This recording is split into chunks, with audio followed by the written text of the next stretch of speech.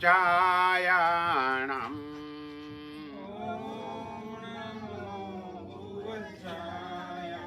નમો લોય સબ્બસાહુણમ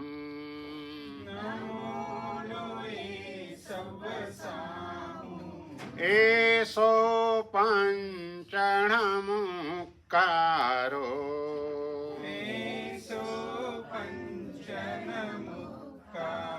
સબ્બ પાવપણાસણો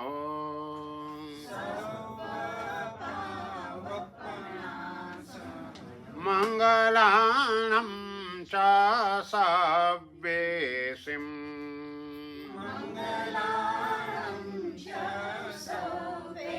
પઢમં હવૈ મંગલમ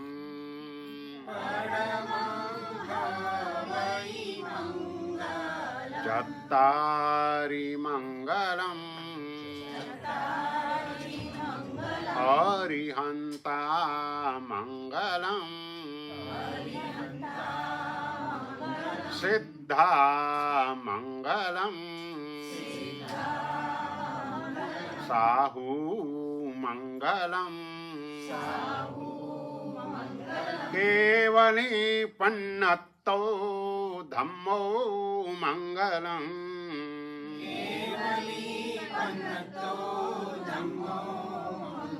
ચત્તારી લોગુત્તમા અરિહંતા લોગુત્તમા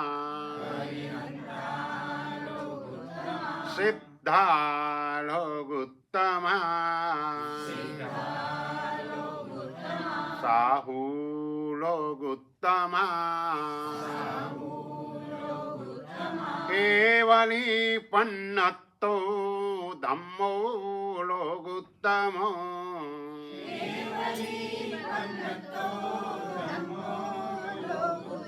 ચત્તારી શરણં પવજ્જામિ અરિહંતે શરણં પવજ્જામિ સિદ્ધે શરણં પવજ્જામિ સાહુ શરણં પવજ્જામિ કેવલી પન્નતં ધમ્મં શરણં પવજ્જામિ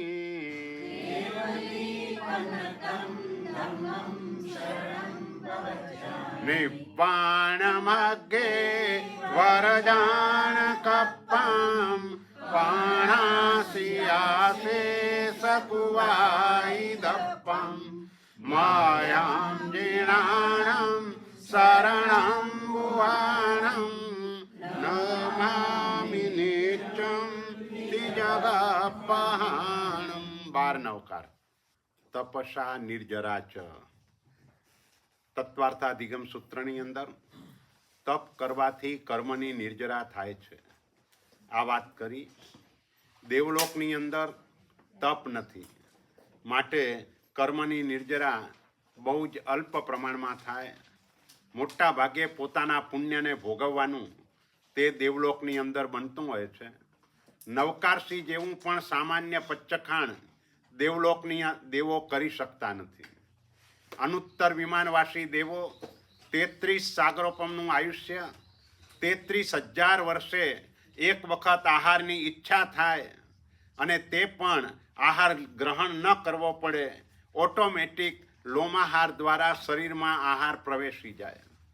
અને તેમ છતાંય એ દેવો નવકારસિંહ જેવું પણ પચ્ચખાણ ન કરી શકે. એટલે એને પચ્ચખાણ દ્વારા જે કર્મની નિર્જરા થાય તે દેવોની અંદર આવા પ્રકારની કર્મ નિર્જરા ન હોઈ શકે. આપણે આ ઉદારિક શરીર દ્વારા આવા પ્રકારનો તપ કરી શકીએ અને તપ દ્વારા ઘણી કર્મની નિર્જરા થાય. ગઈકાલે આપણે પચ્ચખાણ 10 પ્રકારના પચ્ચખાણ અને 10મા પચ્ચખાણના પણ 10 પ્રકાર એ વાત કરેલી. 5 મિનિટમાં રિવિઝન કરી અને આગળ ચાલશું. 10 પ્રકારના પચ્ચખાણમાં પહેલું અનાગત પચ્ચખાણ, ભવિષ્ય કાળે કરવાનું પચ્ચખાણ, કારણસર વહેલું કરી લેવું.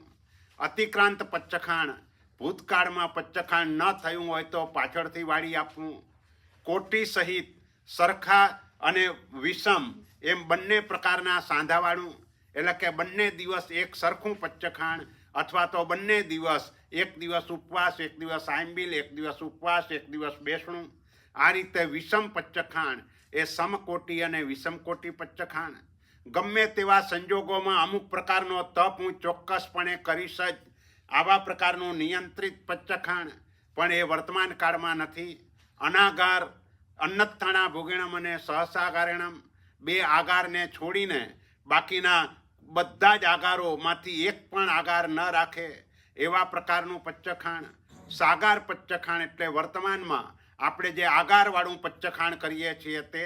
નિરવશેષ દિવસચરીમ અને ભવચરીમનું પચ્ચખાણ, પરિમાણકૃત દત્તીનું, કોળિયાનું, ઘરોનું, ભિક્ષાનું આ પ્રમાણ નક્કી કરવું. સંકેત પચ્ચખાણ, નિશાની દ્વારા કરીને આપણે એ રીતે પચ્ચખાણ કરવું.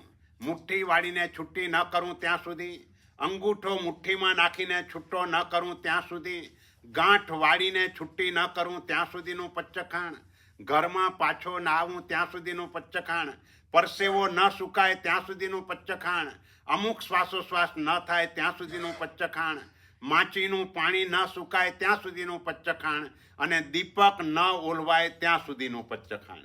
આ જુદી જુદી જાતના સંકેત પચ્ચખાણો કે જે કરવા દ્વારા મહિને 27 ઉપવાસનો લાભ આપણને પ્રાપ્ત થાય. અને છેલ્લે અદ્ધા એટલે કે કાળ, અને એના પણ 10 પ્રકારમાં નવકારસી, સૂર્યોદય પછી 48 મિનિટે, પોરસી અને 60 પોરસી, સૂર્યોદય પછી 1 પ્રહર અને 1.5 પ્રહર પછી, પૂરીમઢ અને અવઢ 2 અને 3 પ્રહર પછી, એકાસણું, એકલઠાણું એકાસણાની જેમ, પણ ફરક એટલો કે જમણો હાથ અને મોઢું આ 2 સિવાય બીજા કોઈ જ અવયવો હલાવી ચલાવી ન શકાય, અને ઠામ ચોવિયાર કરવાનો હોય. બાકી એકાસણું ને એકલઠાણું સરખા છે. આયંબિલ, ઉપવાસ, દિવસચરીમ એટલે કે સાંજના બધા જ પચ્ચખાણો એ સૂર્ય ઉગય હોય, પાણહાર હોય કે પછી ત્રિવિયાર, ચોવિયાર કે દુવિયારના પચ્ચખાણ હોય. અભિગ્રહનું પચ્ચખાણ, દ્રવ્યથી, ક્ષેત્રથી, કાળથી, ભાવથી, અને વિગયનું પચ્ચખાણ. આ રીતે આપણે ગઈકાલ સુધી આ પચ્ચખાણોની વાત વિસ્તારપૂર્વક આપણે કરેલી. હવે આજે આ 4 પ્રકારનો ઉચ્ચાર વિધિ, આ પહેલું દ્વાર થયું. 10 પચ્ચખાણ, આપણે 9 દ્વારોની વાત કરવાની છે પચ્ચખાણ ભાષ્યની અંદર. એમાંથી સૌથી પહેલું દ્વાર આ 10 પચ્ચખાણ છે. ત્યાર પછીનું બીજું દ્વાર 4 પ્રકારનો ઉચ્ચાર વિધિ. ઉચ્ચાર વિધિ એટલે જે પચ્ચખાણમાં ઉગયે સૂર્ય આવે એ પચ્ચખાણો સૂર્યોદય પહેલા લેવા જોઈએ. જે પચ્ચખાણમાં સૂર્ય ઉગયે આવે એ પચ્ચખાણો સૂર્યોદય પછી પણ લઈ શકાય. એટલે 4 પ્રકારના ઉચ્ચાર વિધિમાં ઉગયે સૂર્ય, નમુક્કાર સંયમ, મુઠ્ઠી સંયમ, પચ્ચખાઈ, આ એક ઉચ્ચાર વિધિ થયો. બીજો ઉચ્ચાર વિધિ ઉગયે સૂર્ય, પોરસી, 60 પોરસી, મુઠ્ઠી સંયમ, પચ્ચખાઈ, આ બીજો ઉચ્ચાર વિધિ થયો. ત્રીજો ઉચ્ચાર વિધિ સૂર્ય ઉગયે, પૂરીમઢ, અવઢ, મુઠ્ઠી સંયમ, પચ્ચખાઈ, અને ચોથો ઉચ્ચાર વિધિ સૂર્ય ઉગયે, અભતઠ્ઠમ, પચ્ચખાઈ. પચ્ચખાણની શરૂઆત કેવી રીતે કરવી એ આની અંદર બતાવવામાં આવ્યું કે સૌથી પહેલા ઉચ્ચાર વિધિથી પચ્ચખાણની શરૂઆત થાય. દાખલા તરીકે સવારે નવકારસીનું પચ્ચખાણ કરીએ તો પહેલા પદો છે ઉગયે સૂર્ય, નમુક્કાર સંયમ, મુઠ્ઠી સંયમ, પચ્ચખાઈ, અને આપણે જાતે પચ્ચખાણ લેતા હોઈએ તો પચ્ચખામી. આ રીતે ઉગયે સૂર્ય એટલે સૂર્યોદય પહેલા, જે અત્યારે લગભગ 5:15ની આજુબાજુ તમારે ત્યાં સૂર્યોદય થાય છે. તો આ નવકારસીનું પચ્ચખાણ એના પહેલા કદાચ લો નહીં તો ધારી તો લેવું જોઈએ. તો ધારી લો તો નવકારસીનો લાભ મળે. અને સામાન્ય રીતે આ નવકારસીના પચ્ચખાણનો લાભ પણ ઘણો મોટો છે. પણ કોની નવકારસી? તો કે જેને આમ એક દ્રષ્ટિએ કહેવાય કે સમ્યક દૃષ્ટિ આત્માની નવકારસી. તો એનો લાભ કેટલો?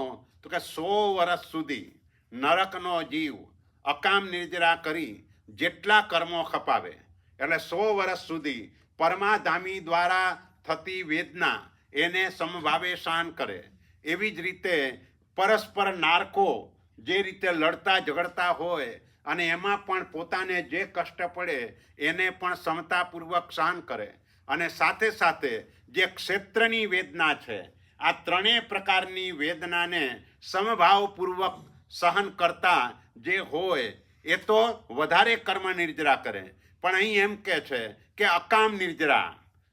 અકામ નિર્જરા એટલે સમતા ભાવ નરકના જીવનો ન હોય, પણ એ અકામ નિર્જરા કરતો હોય, ન છૂટકે સહન કરવું પડે છે માટે સહન કરે. અને આવું 100 વર્ષ સુધી નરકનો જીવ આ ત્રણેય પ્રકારની વેદના સહન કરી અને જેટલા કર્મને ખપાવે એટલા કર્મ સમ્યક દૃષ્ટિ આત્મા એક નવકારસિંહના પચ્ચખાણથી ખપાવે. બોલો, પચ્ચખાણ કેટલું બધું સહેલું છે. નવકારસિંહનું પચ્ચખાણ કોઈને અઘરું ન લાગે, સિવાય કે તમારે આ દેશમાં જે વિન્ટરનો ટાઈમ હોય અને એમાં તમારે વહેલું જોબ ઉપર જવું પડતું હોય તો એ સમયે થોડી તકલીફ થાય, પણ એ તકલીફને ગૌણ કરી દો, સાથે લઈને જાઓ અને નવકારસિંહનું પચ્ચખાણ આવ્યા પછી જો તમે ત્યાં કને વાપરો તો એ રીતે પણ આ નવકારસિંહનો લાભ આપણે પ્રાપ્ત કરી શકીએ.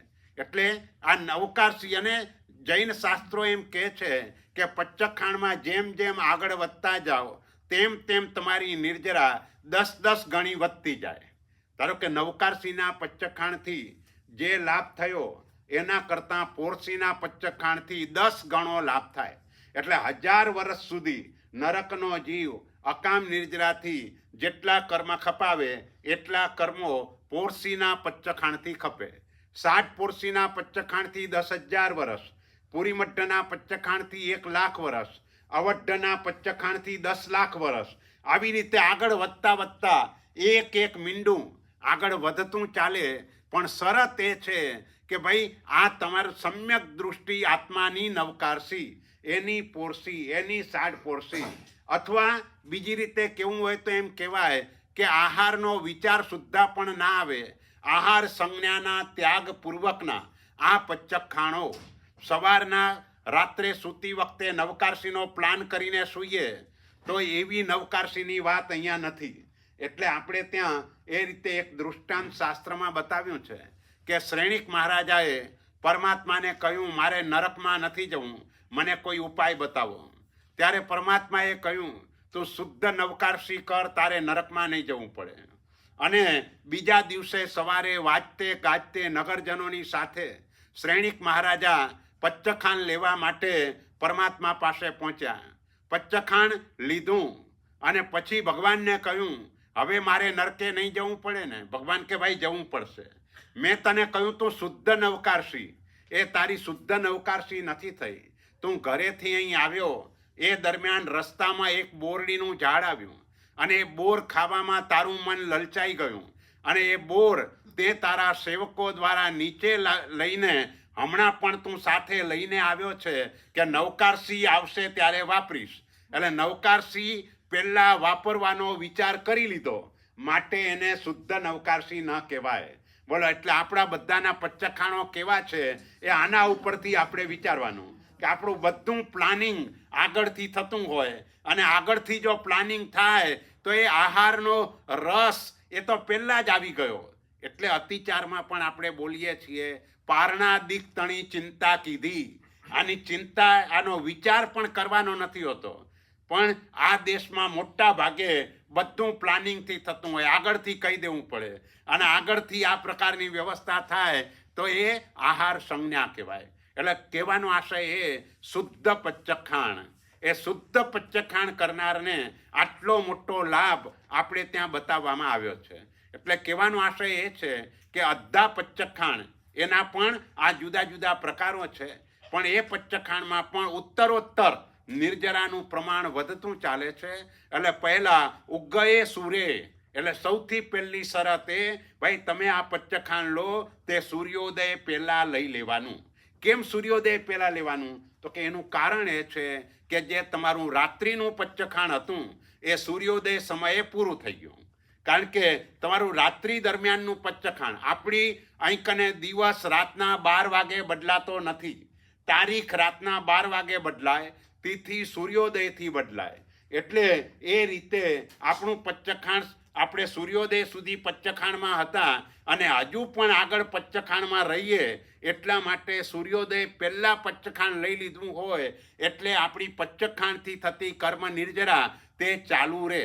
એટલા માટે ઉગ્ગયે સૂરે નમુક્કાર સંયમ એટલે નવકારથી નમસ્કાર મહામંત્રનું સ્મરણ કરવા પૂર્વક જે 48 મિનિટ પસાર થયા પછી સનરાઈઝ પછી આપણે નમસ્કાર મહામંત્રનું એ રીતે સ્મરણ કરી અને ત્યાર પછી આ પચ્ચખાણ પારવાનું છે. અને મુઠ્ઠી સંયમ એ સંકેત પચ્ચખાણ છે. એટલે શરૂઆતમાં આપણે જે પહેલું ઉચ્ચાર સ્થાન કહીએ, પહેલું ઉચ્ચાર સ્થાન, તો પહેલા ઉચ્ચાર સ્થાનમાં દરેક પચ્ચખાણમાં આમ 13 પ્રકાર કહેવાય. 13 પ્રકાર કયા? તો કે નવકારસીથી અવઢ સુધીના 5. નવકારસી, પોરસી, સાડપોરસી, પૂરીમઢ કે અવઢ. એટલે સૌથી પહેલાં આપણે એ નક્કી કરવું પડે કે આજના દિવસે ધારો કે તમારે એકાશનું છે તો નક્કી કરવું પડે કે આ એકાશનું હું પોરસીથી કરવાનો છું, સાડપોરસીથી કરવાનો છું, પૂરીમઢથી કરવાનો છું કે અવઢથી કરવાનો છું. નવકારસીના પચ્ચખાણે એકાશનું થાય નહીં, બેસણું કરી શકાય. પણ કોઈક વિશેષ કારણ હોય, મોટો તપ ચાલતો હોય અને એવી રીતે વિશેષ કારણથી નવકારસીના સમયે પણ એકાશનું કરવાનો પ્રસંગ ઊભો થાય તો ગુરુ મહારાજની રજા લઈને કરી શકાય.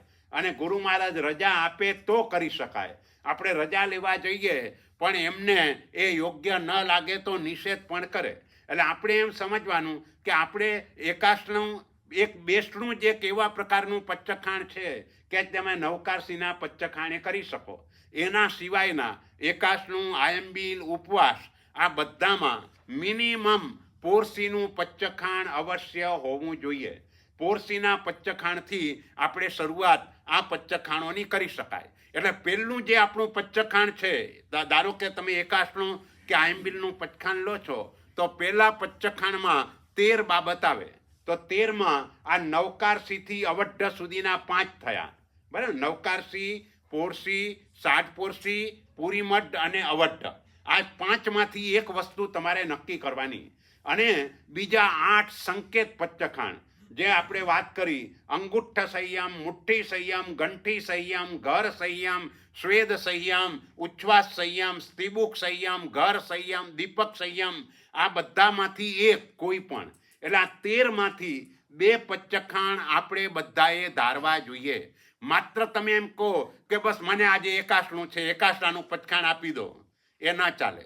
એકાશનાના પચ્ચખાણની સાથે તમારે મનમાં નક્કી કરવું જોઈએ કે આ એકાશનું હું પોરસીથી કરવાનો છું. આ એકાશનામાં સંકેત પચ્ચખાણ મારું મુઠ્ઠી સંયમનું છે, કે સંકેત પચ્ચખાણ મારું અંગુઠ્ઠ સંયમનું છે, ગંઠી સંયમનું છે. પ્રચલિત વિધિ પ્રમાણે મુઠ્ઠી સંયમ, પણ 8માનું કોઈ પણ તમે કરી શકો. એટલે સૌથી પહેલા પચ્ચખાણમાં આ ધ્યાન રાખવાનું. એટલે પહેલું ઉચ્ચાર સ્થાન ઉગ્ગયે સૂરે નમુક્કાર સંયમ, મુઠ્ઠી સંયમ, પચ્ચખાઈ, પચ્ચખામી. હવે બીજી રીતે 4 પ્રકારનો ઉચ્ચાર વિધિએ પચ્ચખાણ આપનાર જ્યારે પચ્ચખાઈ બોલે ત્યારે પચ્ચખાણ લેનારે પચ્ચખામી બોલવું જોઈએ. પચ્ચખાણ આપનાર વોસી રહી બોલે ત્યારે પચ્ચખાણ લેનારે વોસી રામી બોલવું જોઈએ. એટલે આ રીતે પણ 4 પ્રકારનો ઉચ્ચાર વિધિ કહેવાય કે પચ્ચખાઈ, પચ્ચખામી, વોસી રહી, વોસી રામી. એટલે પચ્ચખામી, વોસી રામી એ પહેલો પુરુષ એક વચન છે. એટલે હું પચ્ચખાણ કરું છું, હું વોસી રાવું છું. ગુરુ મહારાજ પચ્ચખાઈ બોલી જાય અને આપણે પચ્ચખામી ન બોલીએ તો પણ પચ્ચખાણનો લાભ ઓછો થઈ જાય. કારણ કે હું પચ્ચખાણ કરું છું એવું આપણે બોલતા નથી, હું વોસી રાવું છું એવું આપણે બોલતા નથી. ભલે તમે મનમાં બોલો પણ બોલવું તો જોઈએ જ. એટલે પચ્ચખાઈ, પચ્ચખામી, વોસી રહી, વોસી રામી.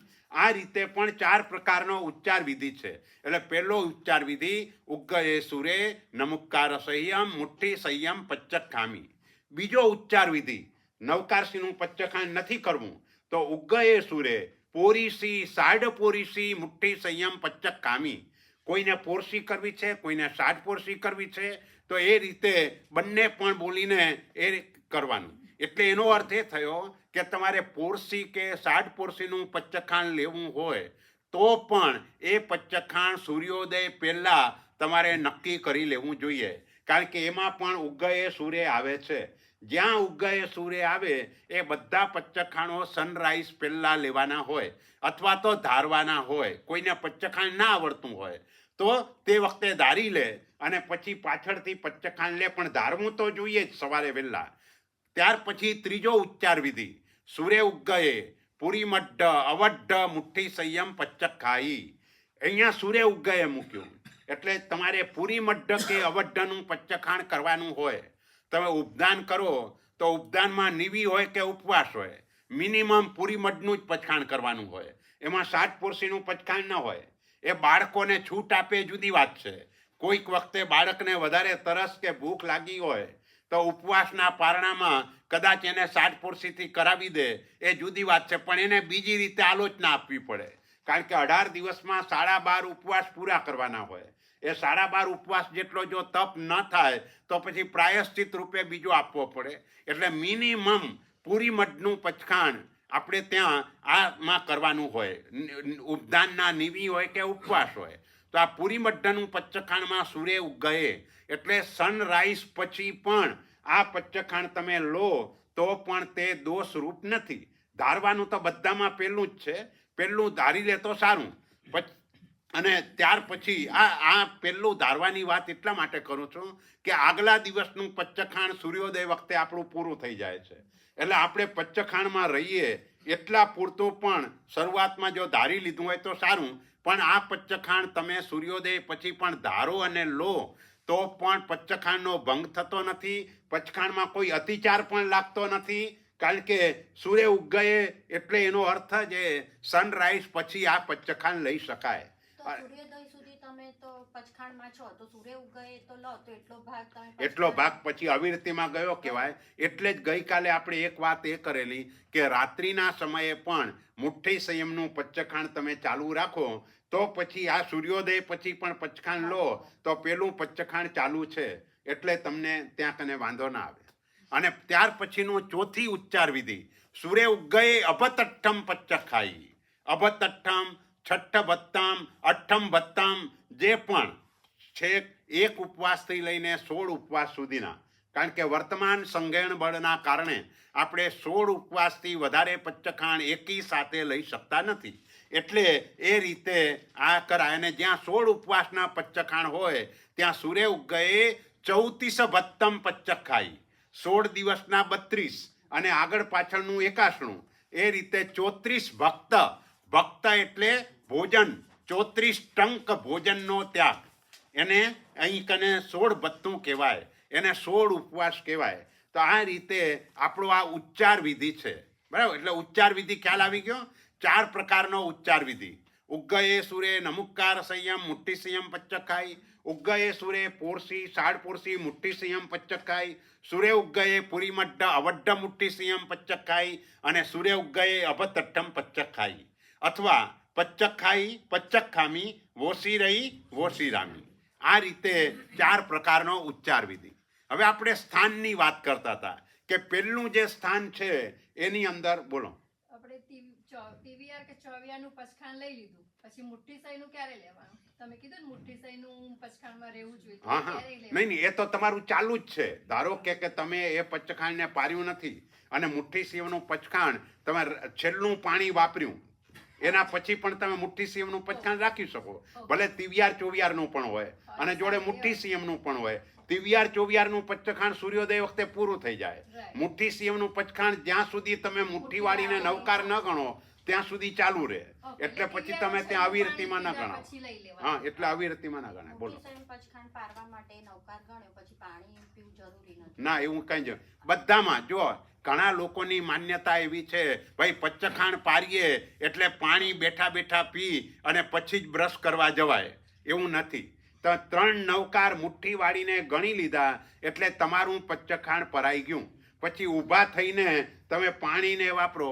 પણ આપણે ત્યાં વિધાન એવું છે કે કોઈ પણ ખાવા પીવાનું ક્યાંય ઊભા કરવાનું નથી. બેસીને જ ખાવા પીવાની પ્રવૃત્તિ કરવાની છે. પાણી પણ વાપરવું હોય તો બેસીને વાપરવાનું છે. એટલે જો એ રીતે થતું હોય તો બ્રશ પણ એ રીતે કરવું જોઈએ. પણ આજકાલ આપણા બધાના વોશ બેસિન અને એ પ્રકારના છે કે આપણે બધા ઊભા આ રીતે બ્રશ વગેરે કરીએ છીએ. પણ મૂળ રીતે બેસીને આ બધું કરવું જોઈએ. હા બોલો, શું કહેતા? બે વસ્તુ સાહેબજી. હે? બે વસ્તુ. હા એક તો મુઠ્ઠી વાળીને એક નૌકાર પણ ચાલે. હા ચાલે, ત્રણ બરાબર. નૌકાર હા છે. બરાબર ક્યારેક બધી માન્યતાઓથી રૂઢી બની જાય છે. બરાબર આમ જ છે. કરવાનું. બરાબર છે. પચખાણની સમજ આપે સરસ આપી. હા બીજું કે કોઈ પચખાણ લીધું, માનો કે નવકારસીનું, અને એનાથી ચડતું પચખાણ લેવું હોય, પાછળથી ભાવ વૃદ્ધિ થાય કે કોઈ પણ કારણસર, તો લઈ શકાય. હા લઈ શકાય, બરાબર છે. તો માનો કે નવકારસી આવે એના પહેલા પોરસી, સાત પોરસી એનું પણ લઈ તો શકાય. પાડતા પહેલા, હા પાડતા પહેલા, કારણ કે બરાબર છે. એમાં બે પ્રશ્ન છે આમાં. એક તો નવકારસીનું લીધું પચખાણ, તમે 48 મિનિટે પાડવું જોઈએ, પણ 48 મિનિટથી વધારે રાખો તો લાભ જ છે. હા એ તો એ આગળ આવશે. 6 શુદ્ધિમાંની એક એટલે શુદ્ધિ એવું નહીં છે. કે હા. exact 48 મિનિટે હા પાડવું. હા તો મુખ્ય નહીં એ તો બોલી એટલે વધારે સમય એટલે આગળ 6 શુદ્ધિની વાત આવશે ને, એમાં એ વાત આવશે કે ભાઈ પચખાણની અંદર તમે વધારે સમય જવા દો તો એને તિરિત નામની શુદ્ધિ કહેવાય. તિર્ય સમય યકાલા એ વાત આવશે. હા બોલો. તો માનો કે આપણે પોરસી કે પરિમોઢનો ભાવ છે, સૂર્યોદય પહેલા તમારે નિદ્રા ત્યાગ થઈ ગયો છે. હા અમારા જેવાથી નથી થતો, હા પણ તમે એ વખતે નવકારસી, પોરસી વગેરેનું પચખાણ લો અને પછીથી ચડતું પચખાણ લો, એને પાડ્યા પહેલા, બરાબર છે. સૂર્ય ઉગેથી, હા તો તમારું આ જે પ્રશ્નો છે બધા કે વચ્ચેનો ગેપ પડે, હા હા હા મુઠ્ઠી સંયમ હા. પણ થઈ જાય. હા સવારે ઉઠીને પહેલા નવકારસી, પોરસીનું લઈ શકાય. હા એ પણ થઈ શકે. પછી એમાં સૂર્ય કાંઈ ઉગેથી પૂરી કોઈ રીતે. પણ પચખાણ લીધા પછી નાના પચખાણમાંથી મોટા પચખાણમાં જવાય. હા. એકાશનું નક્કી કર્યું છે ને ઉપવાસ કરવો હોય તો કાંઈ વાંધો નથી, પણ એકાશનું નક્કી કરીને બેસણું ના કરાય. એ રીતે ધ્યાન રાખવાનું બસ. હા બોલો. આમ એકચ્યુઅલી બધા છે ને, મને લાગે છે કે આપણે પ્રશ્નો બીજા સેશનમાં રાખીએ. એનું કારણ શું છે કે આ બધી વાત આમાં આવવાની જ છે. આ જે પણ પ્રશ્નો અત્યારે પૂછાય, હજી તો આપણી શરૂઆત જ છે. પચખાણ ભાષ્ય 48 ગાથાનું છે. ચાલુ થઈ છે ને. એટલે હજુ આપણે આ ત્રીજી ગાથા સુધી જ પહોંચ્યા છીએ, ચોથી પાંચમી ગાથા સુધી. એટલે આ બધા આવશે. આપણે હમણાં એવું રાખીએ કે આપણું આ સેશન આખું આપણે લઈ લઈએ અને વાપર્યા પછીનું જે સેશન છે ને એમાં બધા પોતાના પ્રશ્નો એ વખતે લઈને આવે. એટલા સુધીના જેટલું પણ આપણે કર્યું હોય એટલા સુધીના પ્રશ્નો આવે તો એ વધારે સારું પડશે. નહીંતર પછી બરાબર ને? ચાલો. હા એટલે હવે આપણે એ 4 પ્રકારના ઉચ્ચાર વિધિમાં બીજી વાત આપણે એ કરી કે પચખાણના ઉચ્ચાર સ્થાનો. આ ઉચ્ચાર વિધિ હતી. હવે ઉચ્ચાર સ્થાન, તો પહેલા ઉચ્ચાર સ્થાનની આપણે વાત કરી કે પહેલા ઉચ્ચાર સ્થાનમાં, એટલે પહેલું ઉચ્ચાર સ્થાન આપણું કયું તો કે ઉગ્ગયે સૂર્ય નમુકાર સંયમ મુઠ્ઠી સંયમ પચખાઈ. બરાબર. તો આમાં 2 પચખાણ આવી ગયા. એક નવકારસીનું આવી ગયું અને એક સંકેત પચખાણ આવી ગયું. એવી રીતે આ 13 માંથી કોઈ પણ 2 નક્કી કરવાના હોય. પછી તમે ગમે તે પચખાણ લો, પછી એ તમારું એકાષ્ટાનું પચખાણ હોય, આયંબિલનું પચખાણ હોય, બેસણાનું પચખાણ હોય, બધામાં આ 2 વસ્તુ તમારે નક્કી કરવી જોઈએ કે આ પચખાણ હું પોરસીથી કરીશ, સાત પોરસીથી કરીશ ને કયા સંકેત પચખાણથી કરીશ. બરાબર. એટલે પહેલા ઉચ્ચાર વિધિમાં આ 13 પ્રકાર આવ્યા. હવે બીજો ઉચ્ચાર વિધિ એ એવો છે કે એના 3 પ્રકાર છે અને 3 પ્રકારમાં નિવી, વિગઈ અને આયંબિલ, આ 3 પ્રકારનો ઉચ્ચાર વિધિ કહેવાય. એટલે આયંબિલનું પચખાણ લો તો પછી વિગઈઓ બોલવાની જરૂર નથી. વિગઈનું પચખાણ લો એટલે એકાશનું હોય તો વિગઈઓ પચખાય, તો એમાં આયંબિલ બોલવાની જરૂર નથી. પણ ગુરુ મહારાજ જ્યારે બધાને સાથે પચખાણ આપતા હોય એવા સમયે બધું જ બોલે. નિવી વિગઈઓ પચખાઈ એ રીતે પણ બોલે, આયંબિલમ પચખાઈ પણ બોલે, કારણ કે એ જનરલ પચખાણ છે. પણ આપણા પોતાના માટે આપણે નક્કી કરેલું છે કે મારે આ પચખાણ કરવું છે. તો એ પચખાણમાં બીજું જે ઉચ્ચાર સ્થાન આવે એમાં 3 માંથી એક લઈ શકાય. એક નિવી. હવે નિવી 2 ટાઈપની છે, એક લુખ્ખી નિવી અને એક ઉપદાનની નિવી. જે ઉપદાનની નિવી છે સામાન્ય રીતે એક આસના જેવી, પણ ફરક એ કે એની અંદર 6 વિગઈ એના 30 નિવ્યાતા છે. એ નિવ્યાતા કરેલી જે વસ્તુઓ હોય એ વાપરી શકાય. અને લુખી નીવી એ આયંબિલ જેવી છે, પણ આયંબિલ જેવી લુખી નીવીમાં ફરક એટલો છે કે એમાં વલોણાની છાશ અને એની બનાવટની વસ્તુઓ તમે વાપરી શકો. બાકી બધું આયંબિલ જેવું, પણ આ લુખી નીવી, અને આપણે ત્યાં તપ લુખી નીવીથી શરૂ થાય. લુખી નીવી, આયંબિલ, ઉપવાસ, ત્યાંથી તપ શરૂ કહેવાય. ઉપદાનની નીવીને તપ ન કહેવાય. એટલે ઉપદાન કરનારને ખબર છે કે જ્યારે ઓલો બોલવાનું આવે ત્યારે નીવીના દિવસે બોલે પારણું કર્યું છે જી. ઉપવાસને આયંબિલમાં કે તપ કર્યો છે જી. ત્યાં તપ છે, પણ નીવીમાં પારણું છે. એટલે નીવી એ તપ નથી, પણ લુખી નીવીથી તપ ગણાય. એટલે લુખી એટલે એક આ ઉચ્ચાર સ્થાન નીવીનું, બીજું ઉચ્ચાર સ્થાન વિગયનું. આ ઘણા લોકોને ખબર નથી કે એકાસનાનું પચખાણ લે છે, પણ એકાસનામાં તમે વિગયનું પણ પચખાણ લો છો. તો તમે આજે કઈ વિગયનો ત્યાગ કર્યો એ નક્કી કરવું જોઈએ. વિગયનો ત્યાગ 2 રીતે થાય. પહેલા નંબરમાં તો જે મહાવિગય છે એનો તો ત્યાગ જ હોય. એટલે મધ, માખણ, મદિર અને માંસ, આ 4 જે સિંહ રાશિવાળા છે એ બધાને છોડી દેવાના. મધ, માખણ, મદિર અને માંસ, એ 4માંથી એક પણ વસ્તુ અહીં વપરાય નહીં. હવે જે લઘુ વિગય છે, દૂધ, દહીં, ઘી, તેલ, ગોળ અને પકવાન, આ 6 લઘુ વિગય કહેવાય. એમાંથી તમારે 2 રીતનો ત્યાગ થાય. એક કાચી વિગઈ, એક પાકી વિગઈ. અથવા બીજી ભાષામાં કેવું હોય તો એક મૂળથી ત્યાગ, અને બીજું જે મૂળ વિગઈ છે એનો જ ત્યાગ, પણ એની બનાવટની વસ્તુ તમે વાપરી શકો. તો આ એકાસણું કરનારે, બેસણું કરનારે આ નક્કી કરવું જોઈએ કે આજે મારે કઈ વિગયનો ત્યાગ છે. મોટા ભાગે લોકો આને ખબર નથી કે આમાં હું વિગયનું પણ પચખાણ લઉં છું. એટલે તે સમયે નક્કી કરવાનું કે આજે હું કાચો ગોળ નહીં વાપરું, કે સુખડી પણ નહીં વાપરું, મૂળથી પણ નહીં વાપરું. એવી જ રીતે દહીં, તમે મૂળથી ત્યાગ કર્યો હોય તો શ્રીખંડ ન વપરાય, પણ માત્ર દહીંનો ત્યાગ કર્યો હોય તો દહીં ન વાપરી શકો, શ્રીખંડ વાપરી શકો.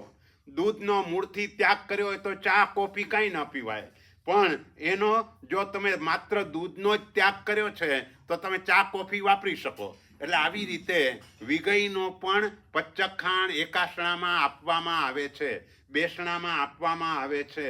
એટલે બધાએ ધ્યાન રાખવાનું કે જ્યારે આપણે પચખાણ લઈએ ત્યારે જેમ આ પચખાણ હું પોરસી વગેરેથી કરીશ કે આ સંકેત પચખાણથી કરીશ, આવું જે નક્કી કરીએ છીએ, એની સાથે સાથે હું વિગયનું પણ પચખાણ લઉં છું, અને એકાદ વિગયનો આ રીતે પણ હું ત્યાગ કરીશ. આ રીતે વિગયો પચખાઈ. એટલે આ બીજું ઉચ્ચાર સ્થાન કહેવાય. એટલે જ્યારે પચખાણ આપવાનું આવે ત્યારે હવે કેવી રીતે પચખાણ આપવાનું? ધારો કે કોઈએ પૂરીમઠનું પચખાણ લીધું અને મુઠ્ઠી સંયમનું લીધું, તો પહેલા પચખાણમાં પૂરીમઠ મુઠ્ઠી સંયમના આગાર બોલવાના. પછી તમે એકાસનાનું ઓલો પૂરીમઠનું જ છે તો પણ આગળ જે નીવી, વિગય, આયંબિલ વગેરેમાં જેનો પણ ત્યાગ કરવો હોય એ વિગયનો ત્યાગ અમુક હોય તો વિગયો પચખાઈ બોલીને એના આગારો બોલવાના. એ રીતે થાય. પછી ત્રીજું ઉચ્ચાર સ્થાન. ત્રીજા ઉચ્ચાર સ્થાનના પણ 3 પ્રકાર: એકાસણું, બેસણું અને એકલઠાણું. આ 3 રીત છે. પચખાણ લેવામાં આ 3 રીત છે. એટલે ત્રીજું ઉચ્ચાર સ્થાન જ્યારે આવે ત્યારે એકાસનાનું પચખાણ લેવાનું, અથવા તો બેસણાનું લેવાનું, અથવા તો એકલઠાણાનું પચખાણ લેવાનું. આગારમાં થોડો ફરક આવે. એકાસના, બેસણાના આગારો સરખા હોય, પણ એકલઠાણાનું પચખાણ લેવાનું હોય તો એમાં આઉંટણ પસારેણમ નામનો આગાર ન હોય. કારણ કે આઉંટણ પસારેણમ એટલે આપણા અંગોપાંગ આપણે હલાવી શકીએ. ખાલી ચડે પગમાં તો તમે કાંઈક આડું અવડું કરવું હોય તો કરી શકો. એકલઠાણામાં ન થાય. એકલઠાણામાં તમે હાથ અને મોઢું આ 2 સિવાય કંઈ પણ ચાલે નહીં. એટલે આ ત્રીજું ઉચ્ચાર સ્થાન. ચોથું ઉચ્ચાર સ્થાન પાણસ્સ, એટલે કે પાણીનું ઉચ્ચાર સ્થાન. એ 4થા નંબરનું ઉચ્ચાર સ્થાન છે કે જેની અંદર પાણીના આગારો બોલવાના હોય. કારણ કે આપણે મૂળ માર્ગે સંપૂર્ણ 3 ઉકાળાવાળું પાણી જ વાપરવાનું છે, પણ કોઈક સંજોગો એવા હોય કે એની અંદર આવા પ્રકારનું પાણી ન જ મળે તો બીજા કયા કયા પાણી વાપરી શકાય એના આગારો અહીં બોલવામાં આવે. એટલે ચોથું ઉચ્ચાર સ્થાન તે પાણસનું કહેવાય અને પાંચમું ઉચ્ચાર સ્થાન દેશાવગાસિકનું કહેવાય. હવે દેશાવગાસિક કોને લાગુ પડે તો કે જે 14 નિયમ ધારતા હોય. અને આમ સામાન્ય રીતે શ્રાવકે દરરોજ 14 નિયમ ધારવા જોઈએ. એ 14 નિયમ ધારે અને ધાર્યા પછી સાંજે સંક્ષેપવાના હોય, એ સંક્ષેપીને નવા ધારવાના હોય અને એ રીતે જો કરતા હોય તો એના માટે દેશાવગાસિકનું પચ્ચખાણ. ઘણા લોકોની કમ્પ્લેન એ છે ભાઈ નિયમ તો ધરાય છે, કાંઈ વાંધો નથી આવતો, પણ સંક્ષેપવાનું ભૂલી જવાય છે. શરૂઆતમાં આવું થાય તો તેવા સમયે તમારે પચ્ચખાણ દેશાવગાસિકનું નહીં લેવાનું, ધારણા વિગ્રમનું પચ્ચખાણ લેવાનું, જેથી કરીને દોષ ન લાગે. પણ જ્યારે તમારો અભ્યાસ થઈ જાય, ભાઈ આજે 10 દ્રવ્યો મેં છૂટ રાખી છે, પછી સાંજે યાદ કરવાનું ભાઈ 10માંથી મેં કેટલા દ્રવ્યો વાપર્યા, કયા કયા દ્રવ્યો વાપર્યા એ પણ યાદ કરવાનું. એ યાદ કરવાનું કારણ એ છે આપણો ઉપયોગ રહે, એટલા માટે આપણે એ યાદ કરવાનું. આપણે ઘણા લોકો તો શું કે ભાઈ આજે 50થી વધારે નહીં ખાવું, એને ખબર છે કે હું નથી વાપરવાનો, એટલે એવું ના ચાલે એમ. એટલે ગણતરી બધી જ હોવી જોઈએ. ચટણી પણ વાપરી હોય તો આપણને ધ્યાન હોવું જોઈએ કે મેં આ વાપર્યું છે, પાપડ પણ મેં વાપર્યું છે, કે અથાણું પણ મેં વાપર્યું છે. આ બધી બાબતમાં આપણો ઉપયોગ રહેવો જોઈએ, કારણ કે ગઈકાલે પણ વાત કરી હતી, ઉપયોગ એ ધર્મ. તમે ખાલી એમને મોટું ધારી લો, હા એટલો લાભ છે, તમે 50 ધાર્યા એટલે બીજા બધા દ્રવ્યોથી તમે બચી ગયા, એ નુકસાનથી તમે બચી ગયા. પણ જેટલી ચોકસાઈ વધારે એટલો તમારો લાભ ઘણો વધારે થાય, અને જેટલો તમારું ઓછું ધારેલું હશે ને તો ઉપયોગ વધારે રહેશે, ત્યાં કને કાળજી વધારે રહેશે. ભાઈ મારે આટલું જ વાપરવાનું છે, આનાથી વધારે દ્રવ્યો નથી વાપરવાના, એટલે ક્યાંય વધી ન જાય એની એ પૂરેપૂરી કાળજી રાખે. એટલે હંમેશા જેટલી આપણી આવશ્યકતા હોય એ પ્રમાણે છૂટ રાખવી, તો એનાથી આપણો ઉપયોગ જળવાય, અને ઉપયોગ એ જ મોટો લાભ છે. તમે કેટલું ખાધું એના કરતાં પણ આપણો જે ઉપયોગ રહ્યો એ વધારે લાભનું કારણ છે. માટે એ રીતે ધારવાનું. એટલે પાંચમું ઉચ્ચાર સ્થાન દેશાવગાસિકનું કહેવાય. એટલે જ્યારે સવારે પચ્ચખાણ લઈએ ત્યારે આ બધા પચ્ચખાણ અપાઈ જાય ત્યારે ગુરુ મહારાજ જોડે દેશાવગાસિકનું પણ પચ્ચખાણ આપી દે. એટલે 14 નિયમ આ રીતે. પણ 14 નિયમ એટલે માત્ર 14 નિયમ નહીં, 14 નિયમ તો ભત્તેસુ પાસે પૂરા થઈ જાય. પછી 5 સ્થાવર, 80 કૃષિ, આ બધું ધારવાનું હોય, અને એ ધાર્યા પછી આપણે આ પ્રકારનું પચ્ચખાણ તે લઈ શકાય. એટલે આ રીતે 5 પ્રકારનું ઉચ્ચાર સ્થાન અહીં છે. ઉપવાસના ઉચ્ચાર સ્થાનો જુદા છે. આ આપણે આયંબિલ એકાશ્રમ એના માટેની વાત કરી. હવે ઉપવાસની અંદર ઉચ્ચાર સ્થાનમાં શું છે તો કે પહેલું ઉચ્ચાર સ્થાન ચતુર્થ ભક્તથી લઈને 34 ભક્ત સુધીનું આ પહેલું ઉચ્ચાર સ્થાન છે. આપણે ત્યાં અહીં પહેલું ઉચ્ચાર સ્થાન ગમે નવકારસી પોરસી એ હતું. અહીં કને પહેલું ઉચ્ચાર સ્થાન ચતુર્થ ભક્તથી લઈને 34 ભક્ત સુધીનું જે પચ્ચખાણ, એટલે ડાયરેક્ટ આપણે બોલીએ સૂર્ય ઉગયે અબતમ પચ્ચખાઈ, એ રીતે આપણે બોલીએ છીએ. અને બીજું ઉચ્ચાર સ્થાન એમાં આ સંકેત પચ્ચખાણ અને એ આવે. સંકેત પચ્ચખાણ અને પોરસી, સાતપોરસી, પુરીમઠ, અવટ એ બધું જે છે એ બીજા ઉચ્ચાર સ્થાનની અંદર એમાં ગણવાનું. ત્રીજું પાણીનું, કારણ કે એમાં તો વિગયનો અને બધો ત્યાગ જ છે ઉપવાસમાં, એટલે એ કોઈ પચ્ચખાણ લેવાની જરૂર નથી, એટલે સીધું પાણીનું પચ્ચખાણ આવી જાય. અને ચોથું દેશાવગાસિકનું પચ્ચખાણ આવે, 14 નિયમ ધારતા હોય તો. એટલે આવી રીતે થાય. અને 24 ઉપવાસ હોય તો 24 ઉપવાસમાં એ પણ ધારવાનું નથી કે ભાઈ પોરસી, સાતપોરસી, પુરીમઠ, અવટ આ કંઈ ધારવાની જરૂર નથી, કારણ કે છેક સુધી કાંઈ વાપરવાનું જ નથી. એટલે કોઈ સંકેત પચ્ચખાણની જરૂર નથી, કોઈ આ પચ્ચખાણની પણ જરૂર નથી. માત્ર એક જ આવે, ચતુર્થ ભક્તથી લઈને 34 ભક્ત સુધીનું પચ્ચખાણ. પાણીના પણ આગારો રાખવાની જરૂર નથી, કારણ કે પાણી પણ વાપરવાનું નથી. એક એ 24 ઉપવાસનું અને પછી છેલ્લે દેશાવગાસિકનું, એમ એ રીતના ઉચ્ચાર સ્થાનો હોય. તો આ રીતે આ પચ્ચખાણ, આ તમને પોતાને પચ્ચખાણ કંઠસ્થ થઈ જશે. પચ્ચખાણને તમારે યાદ નહીં રાખવા પડે. જ્યારે તમે આ રીતે સમજી લો એટલે એ રીતે જ બરાબર આપણે બધા જ પચ્ચખાણો લઈ શકાય. તો આ રીતે 4 પ્રકારનો ઉચ્ચાર વિધિ, આ રીતે વાત બતાવી. ત્યાર પછી 4 પ્રકારનો આહાર, કારણ કે આપણે જે પચ્ચખાણ બોલીએ એમાં આ 4 આહારની પણ વાત કરીએ છીએ. દાખલા તરીકે ઉગ્ગયે સુરે નમુક્કાર સંયમ મુઠ્ઠે સંયમ પચ્ચખાઈ પચ્ચખામી ચૌહ્યમપી આહારમ. આ 4 પ્રકારનો આહાર. કયો કયો? અસણમ, પાણમ, ખાઈમમ, સાઈમમ. આ 4 પ્રકારનો આહાર છે. એટલે ચારે આહારને સમજવા પડે.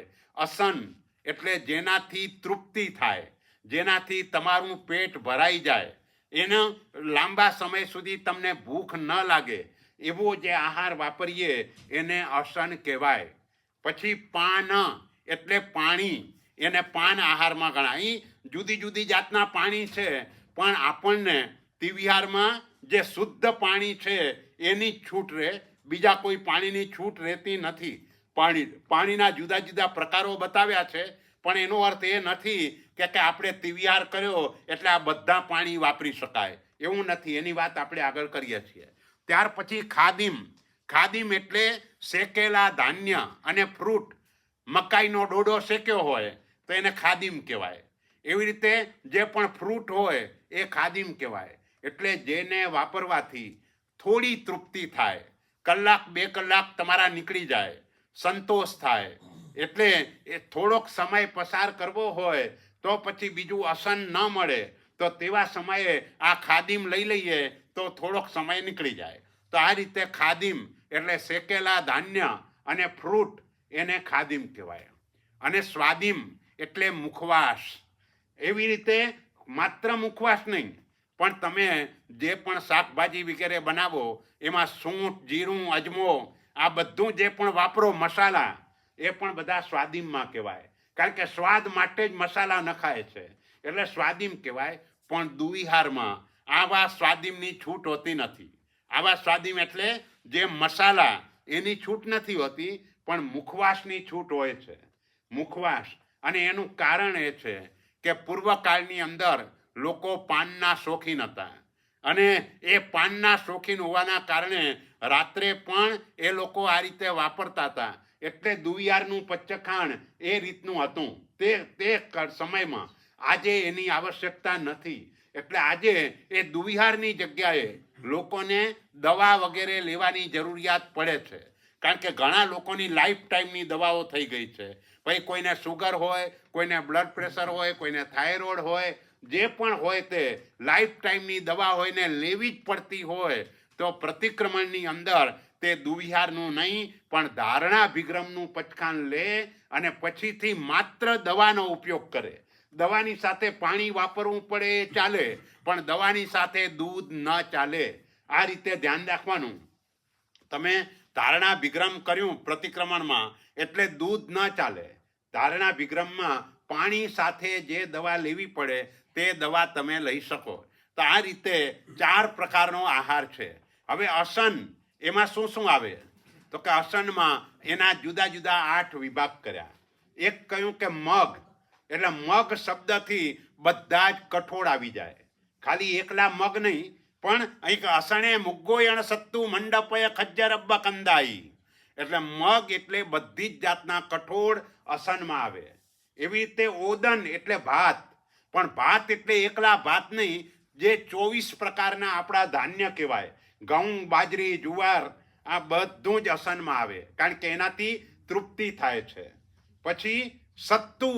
સત્તુ એટલે તમે શિખરજી બાજુ જાઓ ને, સમેત શિખર બાજુ, તે વખતે ઓલા ડોળીવાળા બિચારા ઓલા જુવારનો લોટ શેકી અને એમને એમ વાપરતા હોય, કાચે કાચું બધું વાપરાય, એને સત્તુ કહેવાય.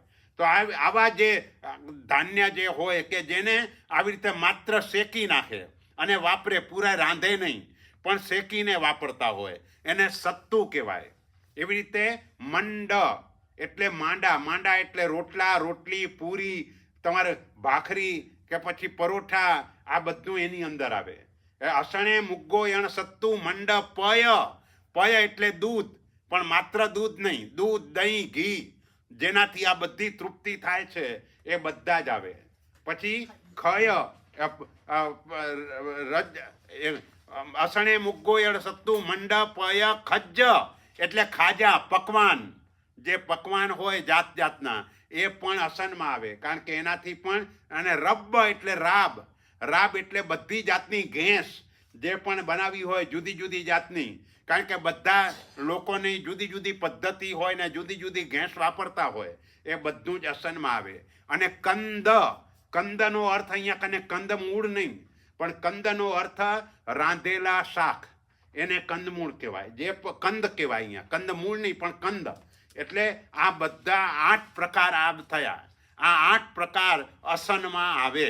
એટલે આપણે અસન ખાવાની જે છૂટ રાખીએ એમાં 8માંની કોઈ પણ વસ્તુ આવે એને અસન કહેવાય. અહીં ધ્યાન એ રાખવાનું કે કોઈ પણ અભક્ષ્ય વસ્તુ ના આવી જાય, એનું ધ્યાન રાખવાનું. જો આજકાલ આપણે બધા આમ અભક્ષ્ય ન પણ વાપરતા હોઈએ તો પણ અમુક કાળ આપણે જોતા હોતા નથી.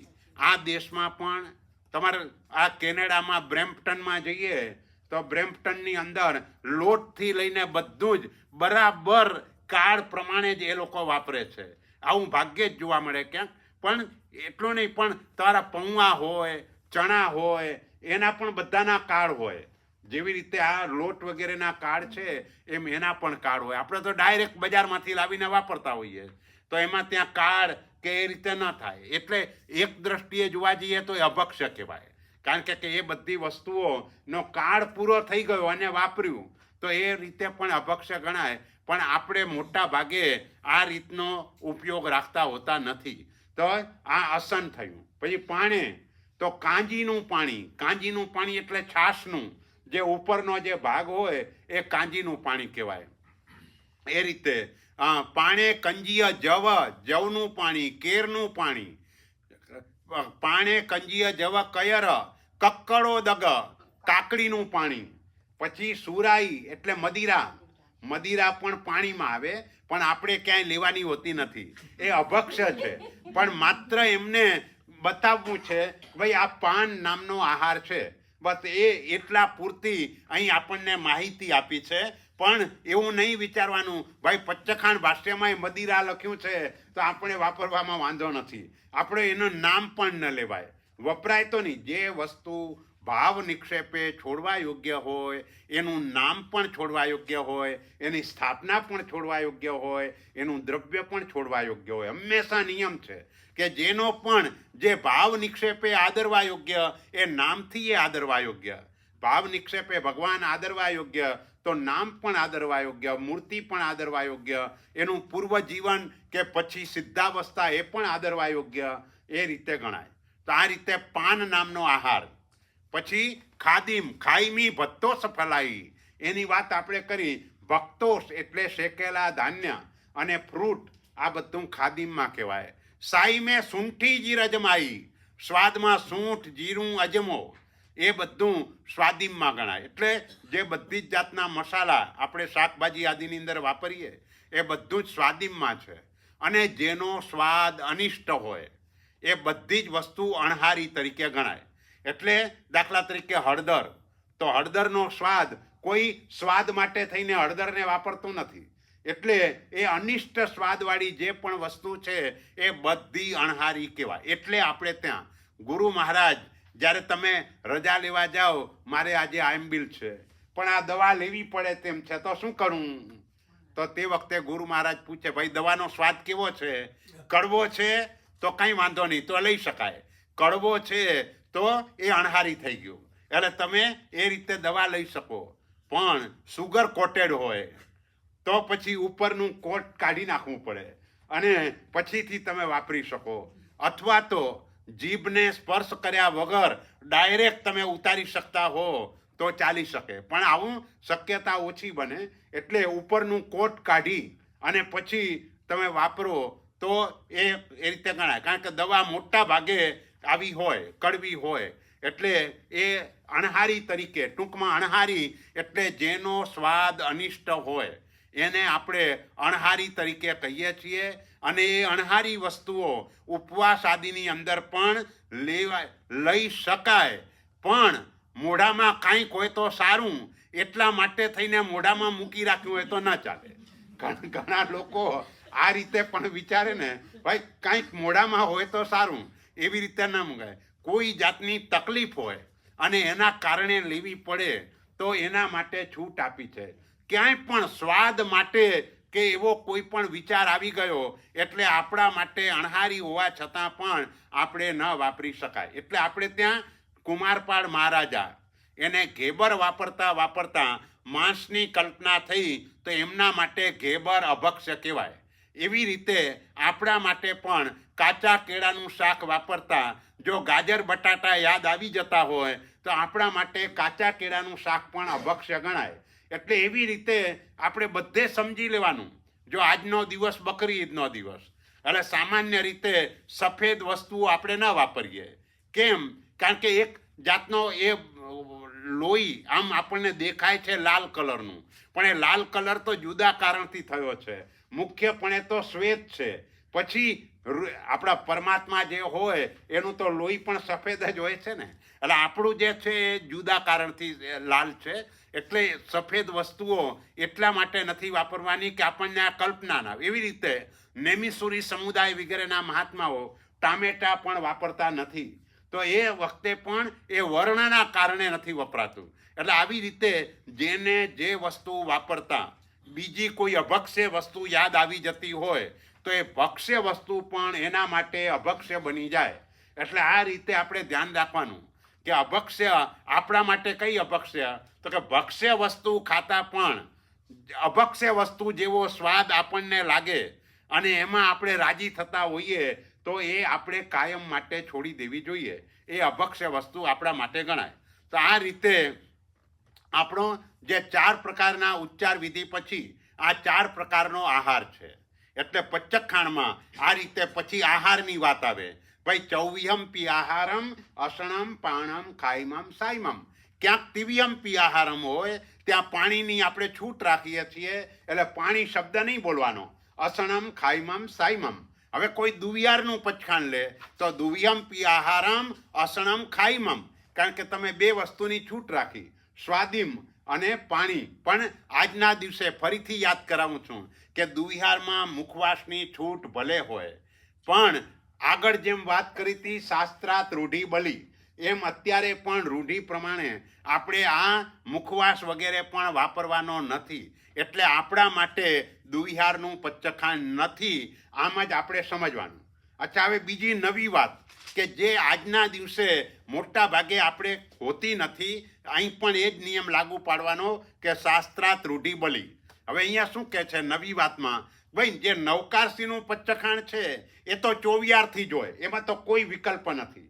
કોઈ સાધુ સાધ્વી હોય કે શ્રાવક શ્રાવિકા હોય, આ ચતુર્વિધ સંજ્ઞા માટે નવકારસી ના આવે ત્યાં સુધી એનો 4 પ્રકારના આહારનો ત્યાગ હોય. પણ પોરસી, સાટપોરસી, પૂરીમઠ, અવટ એ પચ્ચખાણો એમને તિવિયાર 24થી પણ બતાવ્યા. હવે તિવિયાર 24થી આ પચ્ચખાણ કેવી રીતે થાય? આજના દિવસે તો આપણે શું કરીએ ભાઈ, તમે પોરસીથી એકાશનું કર્યું એટલે પાણી પણ પોરસી આવે પછી જ વાપરીએ છીએ. આજે આપણે વહેલું નથી વાપરતા. પણ એક સમય એવો હતો કે પોરસીનું પચખાણ પણ તિવિયારથી થતું હતું. એટલે નવકારસીના પચ્ચખાણે પાણી વાપરે અને પોરસીના પચખાણે આહાર વાપરે. એમ સાટપોરસીમાં પણ આવી રીતે નવકારસી પોરસીના પચખાણે પાણી વાપરે, સાટપોરસીના પચ્ચખાણે આહાર વાપરે. એટલે પચ્ચખાણ ભાષ્યમાં કહ્યું ચૌહા હારમ તું નમો રત્તિમપી મુનિણ. એટલે મુનિને કે શ્રાવકને આ રાત્રિના ને સવારનું નવકારસીનું પચખાણ 24 જ હોય. પણ શેષ તિહ ચૌહા, બાકી પોરસી, સાટપોરસી, પૂરીમઠ, અવટ અને રાત્રિનું શ્રાવકના માટે પણ તિવિયાર 24 એમ બંને પ્રકારના પચ્ચખાણો છે. એટલે આ રીતે આ માત્ર સમજવા માટે આપણે અત્યારે વાત કરીએ છીએ. કારણ કે કોઈક વખતે તમને કોઈ આવી વાત કરે તો નવું ના લાગે. એટલે પચ્ચખાણ ભાષ્યની અંદર આ પ્રકારની વાત કરેલી છે કે પોરસી, સાટપોરસી આદિના પચ્ચખાણો આવી રીતે પૂર્વકાળમાં તિવિહારથી પણ થતા હતા. અત્યારે આપણે 24થી કરીએ છીએ. આવ્યા પછી જ આપણે પાણી વાપરીએ છીએ. એટલે આ રીતે આ 4 પ્રકારનો ઉચ્ચાર વિધિ અને 4 પ્રકારનો આહાર એ રીતે આપણે બોલીએ છીએ. આહારની પણ વ્યાખ્યા કરી. આહાર કોને કહેવાય? તો કે જે ભૂખ સમાવવા માટે સમર્થ હોય, અથવા તો જે આહારમાં સ્વાદ આપતું હોય, જે આહારમાં આવતું હોય, આહારમાં સ્વાદ આપતું હોય. અને ભૂખ્યો માણસ કાદવ જેવી વસ્તુ પણ પેટમાં મૂકે તો એને પણ આહાર કહેવાય. ટૂંકમાં જેનાથી તમને તૃપ્તિ થાય, જેનાથી સંતોષ થાય, જેનાથી ભૂખ એની અંદર રાહત થાય, આવા બધા જ ને આપણે આહાર તરીકે એ રીતે કહીએ છીએ. હવે પછી આગાર. કયા પંચખાંડના કેટલા આગાર? દો નવકારી. નવકારસીના પંચખાંડના ખાલી 2 જ આગાર છે, અન્નથણા ભોગેણમ અને સહસા ગારેણમ. આ 2 જ આગાર છે.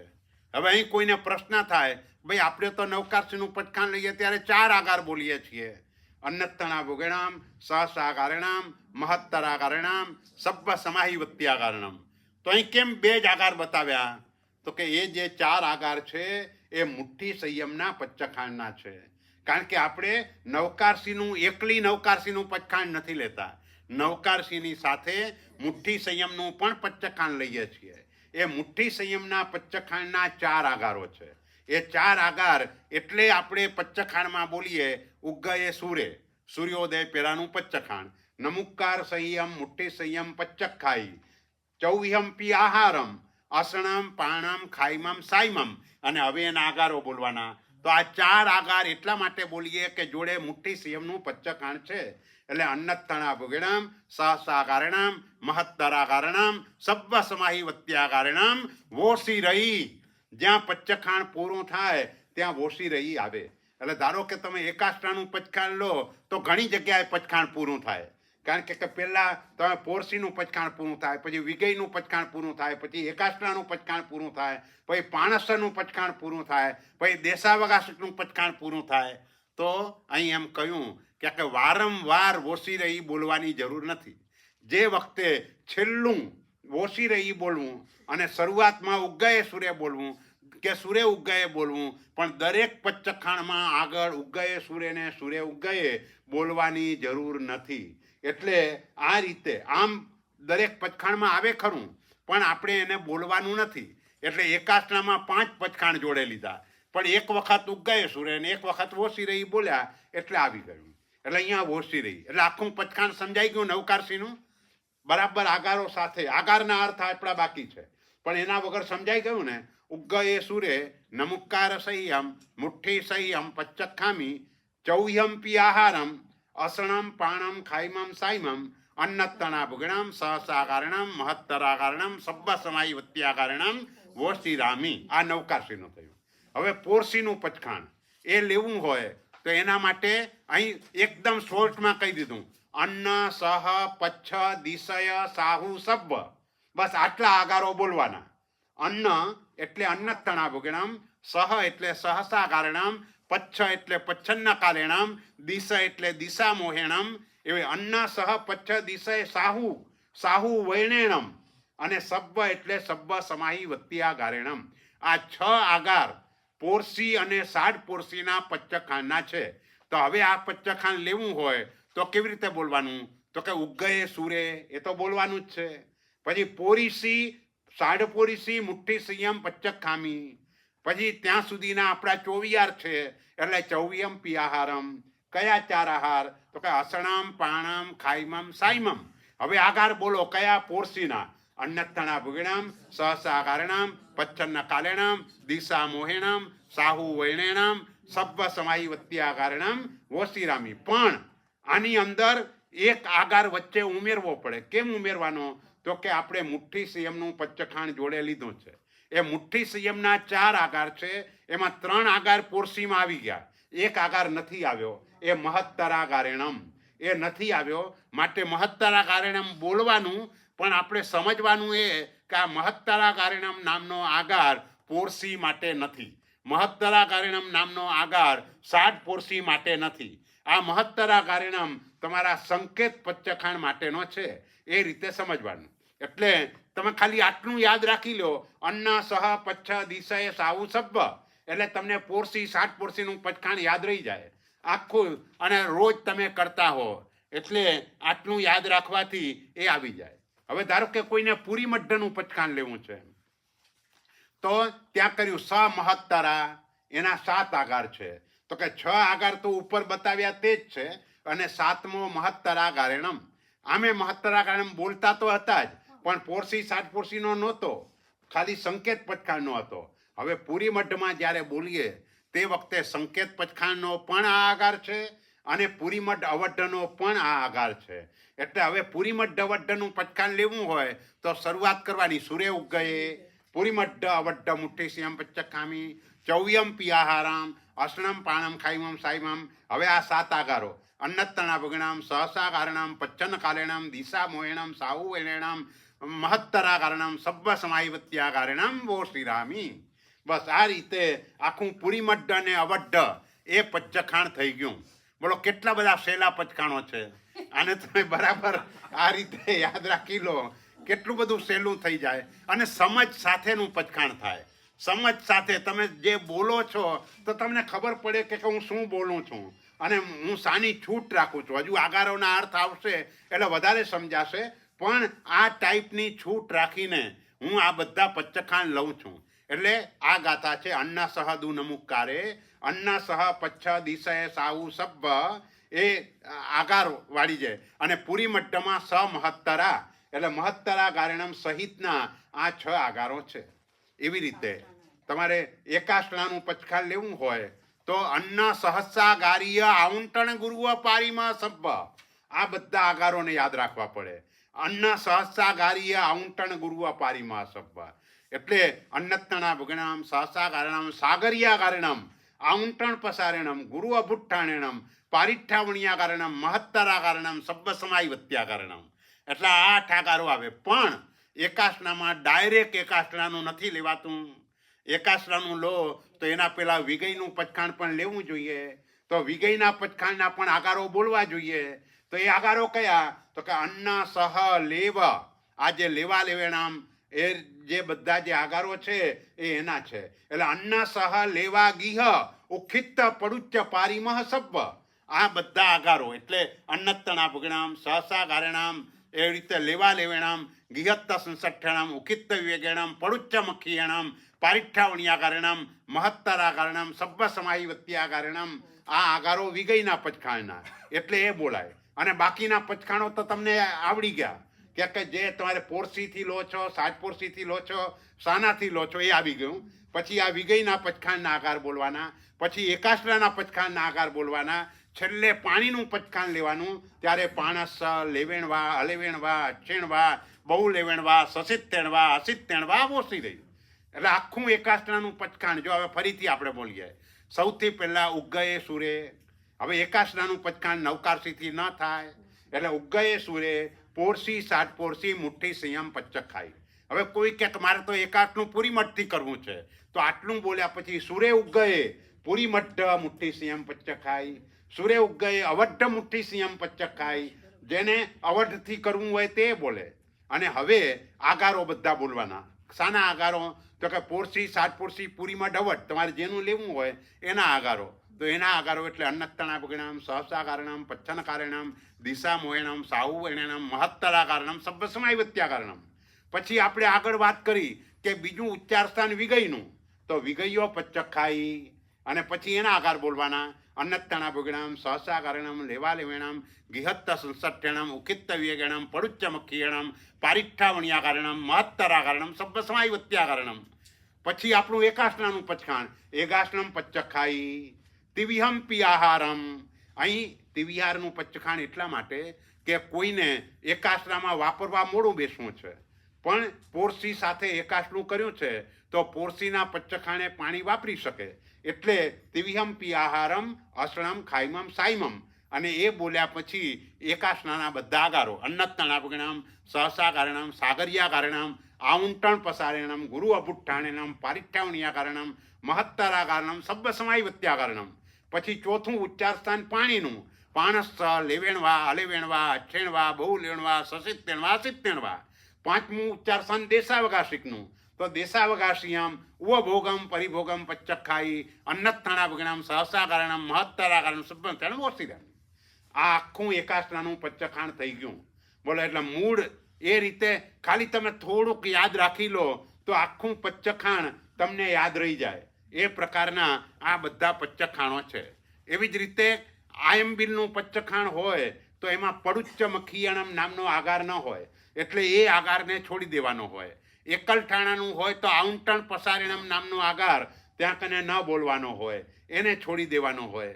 એવી રીતે ઉપવાસનું પચ્ચખાણ હોય તો એના આગારો જુદા છે. એના 5 જ આગાર છે: અન્ન, સહ, પારી, મહ, સબ્બ. બસ. અન્નત્તણાભગણમ, સહસાગારેણમ, પારિઠ્ઠાવણ્યાગારેણમ, મહત્તરાગારેણમ, સબ્બ સમાઈ વત્યાગારેણમ. આ ઉપવાસની અંદર માત્ર 5 જ ટાઈપની છૂટ છે. એટલે 5 જ આગારો ઉપવાસમાં છે. તો ઉપવાસનું પચખાણ આપવું હોય તો શરૂઆત કેવી રીતે કરવાની? તો કે સૂર્ય ઉગયે અપતૃષ્ટમ પચ્ચખાઈ. હવે તમારે તિવ્યાર ઉપવાસ કરવો છે તો તિવ્યમ પિયાહારમ. ચોવિયાર કરવો હોય તો ચૌવ્યમ પિયાહારમ. તિવ્યાર ઉપવાસ હોય તો અસણમ ખાઈમમ સાઈમમ. ચોવિયાર ઉપવાસ હોય તો અસણમ પાણમ ખાઈમમ સાઈમમ. અને ત્યાર પછી એના આગારો: અન્નત્તણાભગણમ, સહસાગારેણમ, પારિઠ્ઠાવણ્યાગારેણમ, મહત્તરાગારેણમ, સબ્બસમાયવત્યાગારેણમ, વોસી રહી. આ ચોવિયાર ઉપવાસનું પૂરું થઈ ગયું. પણ તિવ્યાર ઉપવાસ હોય તો આગળ ચાલે પચખાણ. કારણ કે તિવ્યાર ઉપવાસમાં તમારે નક્કી કરવાનું છે કે મારું પચ્ચખાણ આ તિવ્યાર ઉપવાસ હું પોરસીથી કરું છું કે 60 પોરસીથી કરું છું. તો પાણહાર, પોરસી, 60 પોરસી, પછી મુઠ્ઠી સિયમ, સંકેત પચખાણ, એ રીતે કરીને પછી પોરસી 60 પોરસીના આગાર બોલવાના. અન્નત્તણાભગણમ, સહસાગારેણમ, પચ્છનકારણમ, દિશામોહણમ, સાહુ એણમ, મહત્તરાગારેણમ, સબ્બસમાયવત્યાગારેણમ. પછી પાણીના બોલવાના: પાણસ્સ લેવણવા લેવણવા, આચણવા બોલવાના, સસિત્તણવા સિત્તણવા. પછી દેશાવકાશી 14 નિયમ ધાતા હોય તો બોલવાના: દેશાવકાશીયમ, ભોગમ, પરિભોગમ, પચ્ચખાઈ. અન્નત્તણાભગણમ, સહસાગારેણમ, મહત્તરાગારેણમ, સબ્બસમાયવત્યાગારેણમ, વોસી રહી. બસ આટલું કરો એટલે બધા પચ્ચખાણો. એટલે આ બધા પચ્ચખાણો માટે તમે ખાલી 4 ગાથા યાદ કરવાની, 4 જ, વધારે નહીં. 17, 18, 19, 20 ને 21. અન્ન સહ દુ નમુકારે, અન્ન સહ પચ્છ દિશાએ સાઉ સબ્બ, પોરીસી છ સડ્ઢ પોરીસી, પુરી મઢ્ઢે સત્ત સ મહત્તરા. પછી અન્ન સહ લેવાગીહ, ઉખિત્ત પરુચ્ચ પારી મહ સબ્બ, એગ બિયાસણી અઠ્ઠવ, સગ ઇગઠાણે ઔંટ વીણા. એવી રીતે અન્ન સહસાગારીય, આઉંટણ ગુરુવ પારીમ સબ્બ, ત્યાં આવશે એગ બિયાસણી અઠ્ઠવ. ઉપર આયંબિલના હતા એટલે એ રીતે આયંબિલને એના હતા. નિવી અને આયંબિલ એના આગારો હતા. અને ત્યાર પછીનું છેલ્લી ગાથામાં અન્ન સહ પારીમ સબ્બ. આ રીતે 18, 19, 20 ને 21 આ 4 ગાથાઓ તમે યાદ કરી લો એટલે કયા પછી કયો આગાર બોલવાનો એ પણ આવે. જો કે એ તો બધા તમે રોજ પચખાણ સાંભળતા હો એટલે ક્રમ તો મોઢે થઈ ગયો હોય. એટલે એ રીતે આ રીતે આપણે આ પચ્ચખાણોને લઈ શકાય. બરાબર? ખ્યાલ આવ્યો કેવી રીતે લેવાનું આટલા સુધીનો? હવે થાય છૂટ.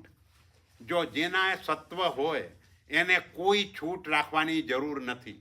જે સત્વશાળી પુરુષો હોય એને પ્રાણાંત કષ્ટ આવે તો પણ કોઈ છૂટછાટ લેતા નથી.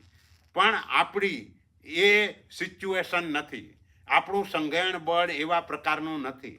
એટલે આપણે જે પણ પચ્ચખાણ લઈએ છીએ, પચ્ચખાણની વાત જવા દો, એક નવકારનો પણ કાવશક કરવો હોય તો એ 16 છૂટ રાખીને આપણે નવકારનો કાવશક કરીએ છીએ કે જેની અંદર બહુ થોડા સમયમાં નવકાર થઈ જતો હોય. અને તો પણ 16 ટાઈપની છૂટ આપણે એમાં પણ રાખીએ છીએ. તો એવી રીતે આ પચ્ચખાણમાં પણ આપણે કેટલીક છૂટ રાખીએ છીએ. એટલે આ વાત એટલા માટે ખાસ કરવાની જરૂર છે. ઘણા બધા લોકો પચ્ચખાણથી ગભરાય છે. નિયમ લેતા એને ડર લાગે છે.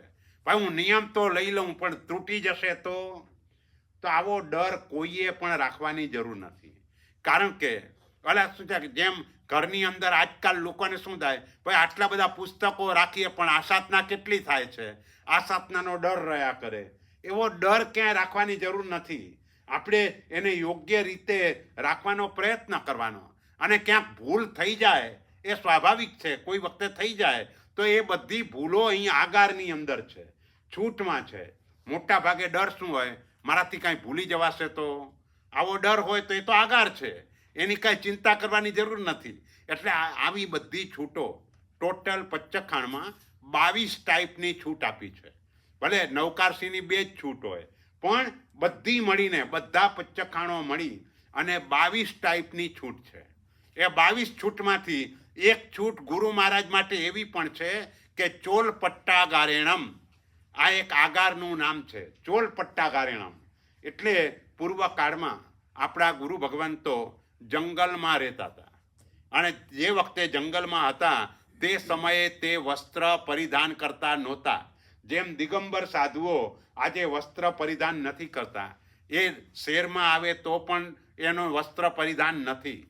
આપણામાં પણ ભૂતકાળની અંદર મહાત્માઓ જ્યારે નગરમાં નહોતા આવતા, ઉપાશ્રયો આદિની વ્યવસ્થા નહોતી, જંગલની અંદર જ એ વખતે સાધના કરતા હતા, તો તેવા સમયે એમને પચ્ચખાણમાં ચોલપટ્ટા ગારેણમ નામની છૂટ રાખે. એટલે કોઈ પણ ગૃહસ્થ કદાચ ક્યાંક જંગલમાં પણ આવી જાય તો તેવા સમયે ચોલપટ્ટો પહેરવાની છૂટ. આ રીતે એ આગાર ગુરુ મહારાજ માટે પણ હતો. આજના દિવસે આ નથી. આજના દિવસે તો કમ્પલસરી એમને ચોલપટ્ટો પહેરવાનો છે. અને એ ચોલપટ્ટામાં પણ આપણે, તમને યાદ હોય તો જ્યારે આપણે કૌશગના 19 દોષ કર્યા, એમાં એક લંબુત્તર નામનો દોષ પણ હતો. એ લંબુત્તર દોષમાં ગુરુ મહારાજને કે શ્રાવકને ધોતી કેટલી પહેરવાની, તો કે નાભીથી નીચે અને ઘૂંટણથી ઉપર એ રીતે પહેરવાની હતી. ચોલપટ્ટો પણ એ રીતે જ પહેરવાનો હતો. પણ સમય પરિવર્તનની સાથે આજના દિવસે એ પહેરે તે યોગ્ય નથી. એ શોર્ટમાં ગણાઈ જાય અને એ કોઈક વખતે બીજા માટે અપ્રીતિનું કારણ કે કોઈના વિકૃતિ ઉત્પન્ન કરવામાં પણ કારણરૂપ બની જાય. એટલા માટે ચોલપટ્ટો પણ આજે ગુરુ મહારાજનો લાંબો થઈ ગયો અને આપણે ધોતી છેક પગ સુધી પહેરીએ છીએ. એટલે આ સમયાંતરે, કાલાંતરે ગીતાર્થ ગુરુ ભગવંતો દ્રવ્ય ક્ષેત્ર કાળ ભાવ એ જોયા પછી આવા પ્રકારની છૂટ આપતા હોય તો એ છૂટને ભગવાનની આજ્ઞા જ સમજાય. કારણ કે આપણે ત્યાં એક ગાથા એવી મૂકી દીધી, અસઢાઈન નણવજ્જમ ગિયત્થ અવારયંતી મજ્જત્થા. એટલે જે નિર્દોષ પુરુષોનું આચરણ હોય એ નિર્દોષ જ હોય. એટલે જેને ગીતાર્થ પુરુષો રોકે નહીં, એને ભગવાનની જ આજ્ઞા છે એમ સમજી અને આપણે એ આજ્ઞાનું પાલન કરવાનું હોય છે. એટલે અત્યારના સમયમાં જે પણ ફેરફારો આ પ્રકારના થયા છે એને માત્ર ગીતાર્થની આજ્ઞા નહીં પણ પરમાત્માની જ આજ્ઞા છે એમ સમજીને આપણે માન આપવાનું છે. તો આ રીતે આપણા જે આગારો છે એના અર્થ તો એની અંદર જોઈએ તો સૌથી પહેલા નંબરનો આગાર છે અન્નત્થ ભોગેણમ. આ જે અન્નત્થ શબ્દ છે એ દરેકની સાથે જોડવાનો છે. અર્થની અંદર 22 આગારની જોડે અન્નત્થણા ભોગેણમ, અન્નત્થ સહસાકારેણમ, અન્નત્થ પચ્છન્નકારેણમ, અન્નત્થ દિશામોહેણમ. અર્થની અંદર અન્નત્થ બધે જ હોય. જેવી રીતે આપણે કાયોસર્ગમાં અન્નત્થ ઉસસ્યેણમ, અન્નત્થ નિસસ્યેણમ, અન્નત્થ ખાસ્યેણમ એ રીતે અર્થ કરવાનો છે. અન્નત્થ ભલે મૂક્યો એક વખત, કારણ કે ઓલો દ્વિરૂક્તિનો દોષ ન લાગે. વારંવાર એકનું એક મૂકીને એ ન લાગે એટલે એક વખત મૂક્યું, પણ સમજવાનું એ કે અર્થમાં આપણે બધી જ જગ્યાએ આ બોલવાનું છે. અને બોલવામાં ઉપયોગ એ રાખવાનો કે અન્નત્થ છે એટલે અન્નત્થણા ભોગેણમ. પણ અનત્થણા ભોગેણમ ના બોલાય. અનર્થ બોલો તો અનર્થ એવો અર્થ થઈ જાય. અન્નત્થ એટલે અન્યત્ર, કોઈ પણ જગ્યાએ. આપણે કોઈ પણ જગ્યા ઉપર હોઈએ ત્યાં આ પ્રકારની છૂટો છે. એ રીતે અન્નત્થ શબ્દનો ઉપયોગ આપણે કરવાનો છે. અને આમ અનર્થ બોલો તો અનર્થ કહેવાય. તો અનર્થ એટલે આખો અર્થ બદલાઈ ગયો. એટલે બોલવામાં પણ આ રીતે ઉપયોગ રાખવાનો. અન્નત્થણા ભોગેણમ. અનાભોગ. અનાભોગ શબ્દનો અર્થ ઉપયોગ ન રહેવો. હા બોલો. અન્નથણા એટલે ત ન બોલીએ તો અનર્થ થયું. અન્નથણા એટલે ત અડધો ન બોલીએ હા. તો અનર્થ થઈ હા તો અનર્થ થઈ જાય. બરાબર છે. ના ત નહીં, ન એક જ બોલે. અનર્થ, અનર્થ. ઘણા લોકો અનર્થ તો અનર્થ. ત એવો અર્થ નથી, પણ જે ન એક જ બોલે તો એનો અર્થ અનર્થ થઈ જાય. એ સમજ. એટલે હા જેમ સબ્બન નુણમ ત્યાં પણ ન અડધો બોલે તો અર્થ બદલાઈ જાય. એવી રીતે અહીં પણ એમ જ છે. હા એટલે અનાભોગ એટલે ઉપયોગ રહિતપણે. આપણે દરરોજ વાત કરીએ છીએ કે ઉપયોગ એ ધર્મ છે. એટલે આપણે જે પચ્ચખાણ લીધું એનો ઉપયોગ આપણને રહેવો જોઈએ. પણ આપણો અનાદિનો અભ્યાસ એ જુદો છે. એટલે આમ સ્વાભાવિક રીતે અણહારીપણું આપણો પોતાનો સ્વભાવ છે. પણ અનાદિથી આ સંસારમાં પરિભ્રમણ કરીએ છીએ અને દરેક ભવમાં કર્મ સત્તા આપણા આત્માને રહેવા માટે શરીર આપે છે. એટલે શરીર એ ધર્મશાળા છે. એ ધર્મશાળામાં આપણો મુકામ છે. બસ આ શરીર નામની ધર્મશાળામાં આપણે અનાદિકાળથી છીએ. પણ ધર્મશાળામાં જઈ તો એના રૂલ્સ રેગ્યુલેશન હોય. ભાઈ તમારે અઠવાડિયામાં ખાલી કરવી પડશે, મહિનામાં ખાલી કરવી પડશે. એમ આપણા માટે પણ રૂલ્સ રેગ્યુલેશન છે. જ્યાં સુધી તમારું આયુષ્ય છે ત્યાં સુધી આ ધર્મશાળામાં રહેવાનું. અને આયુષ્ય પૂરું થાય એટલે એ ધર્મશાળાની રૂમ તો તમને મળે જ. રૂમ ન મળે એવું ન બને. પછી એ નિગોદમાં એ ધકેલી દે એવા પ્રકારનું શરીર મળે તો એ ધર્મશાળામાં જવાનું. બે ઇન્દ્રિયમાં જવાનું હોય તો એવી રૂમ મળે. અહીંયા રૂમ એટલે પોતાનું શરીર.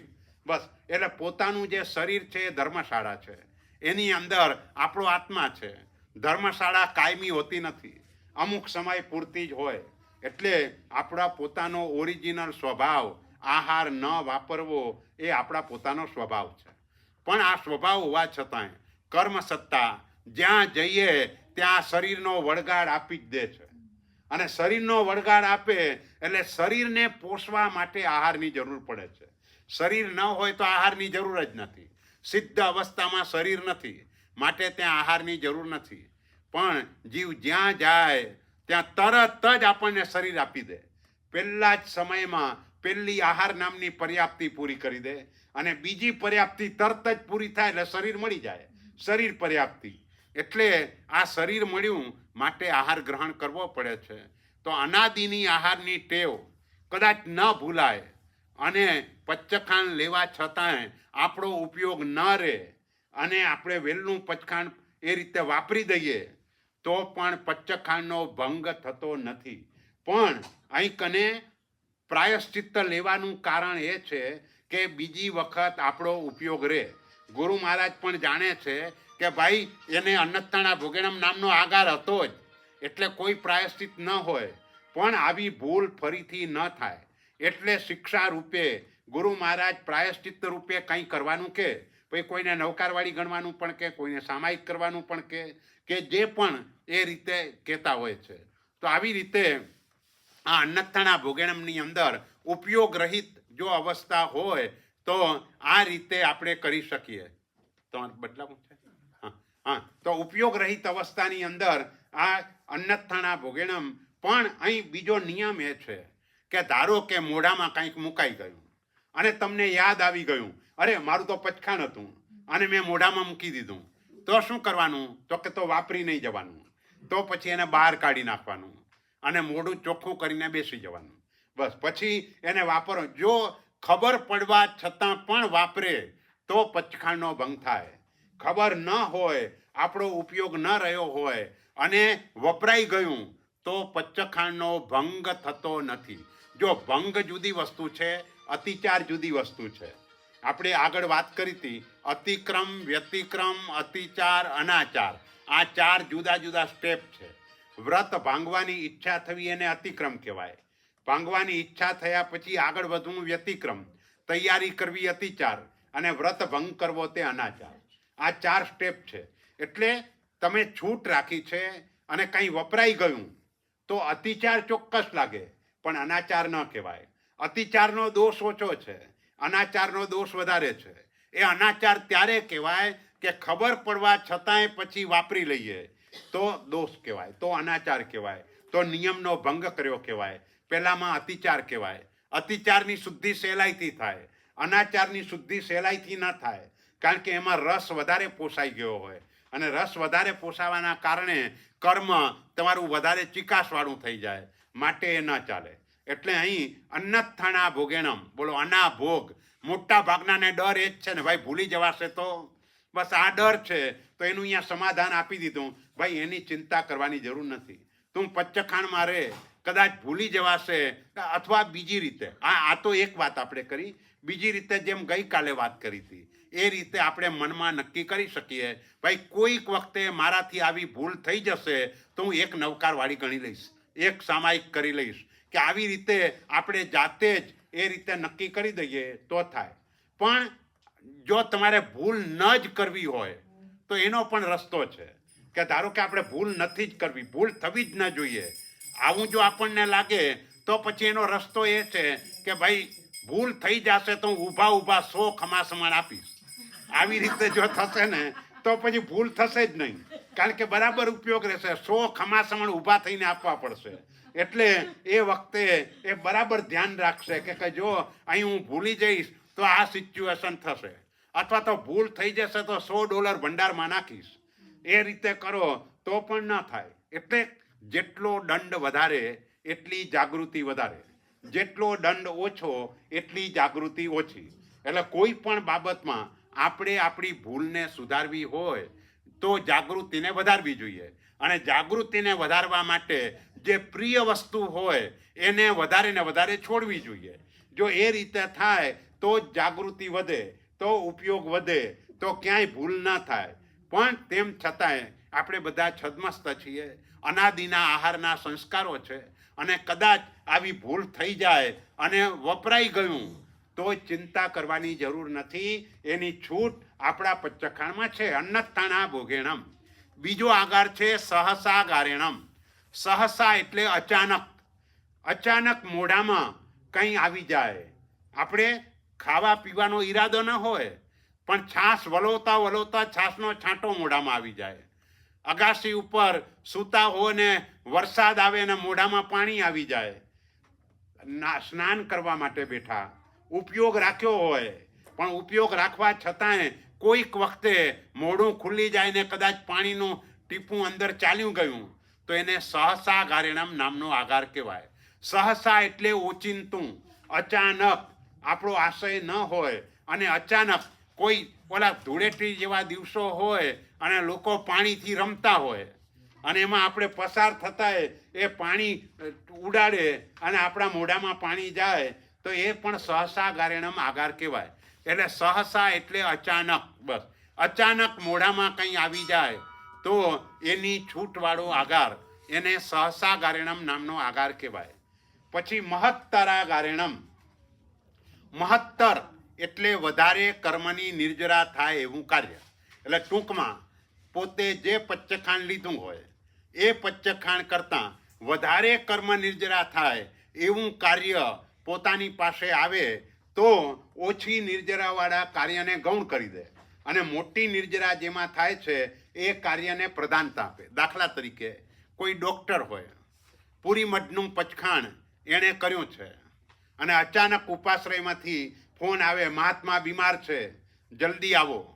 હવે એવા સમયે જો પૂરી મઠ સુધી એ આહાર ન વાપરે તો એની સ્થિરતા ન ટકે તેવી હોય તો તેવા સમયે પૂરી મઠનું પચખાણ આવ્યા પહેલાં પણ એ વાપરીને ગુરુ મહારાજની સેવા કરવા માટે જાય. એના પૂરી મઠના પચખાણનો ભંગ ન ગણાય, કારણ કે ગુરુની સેવા એ આના કરતાં પણ વધારે નિર્જરાનું કારણ છે.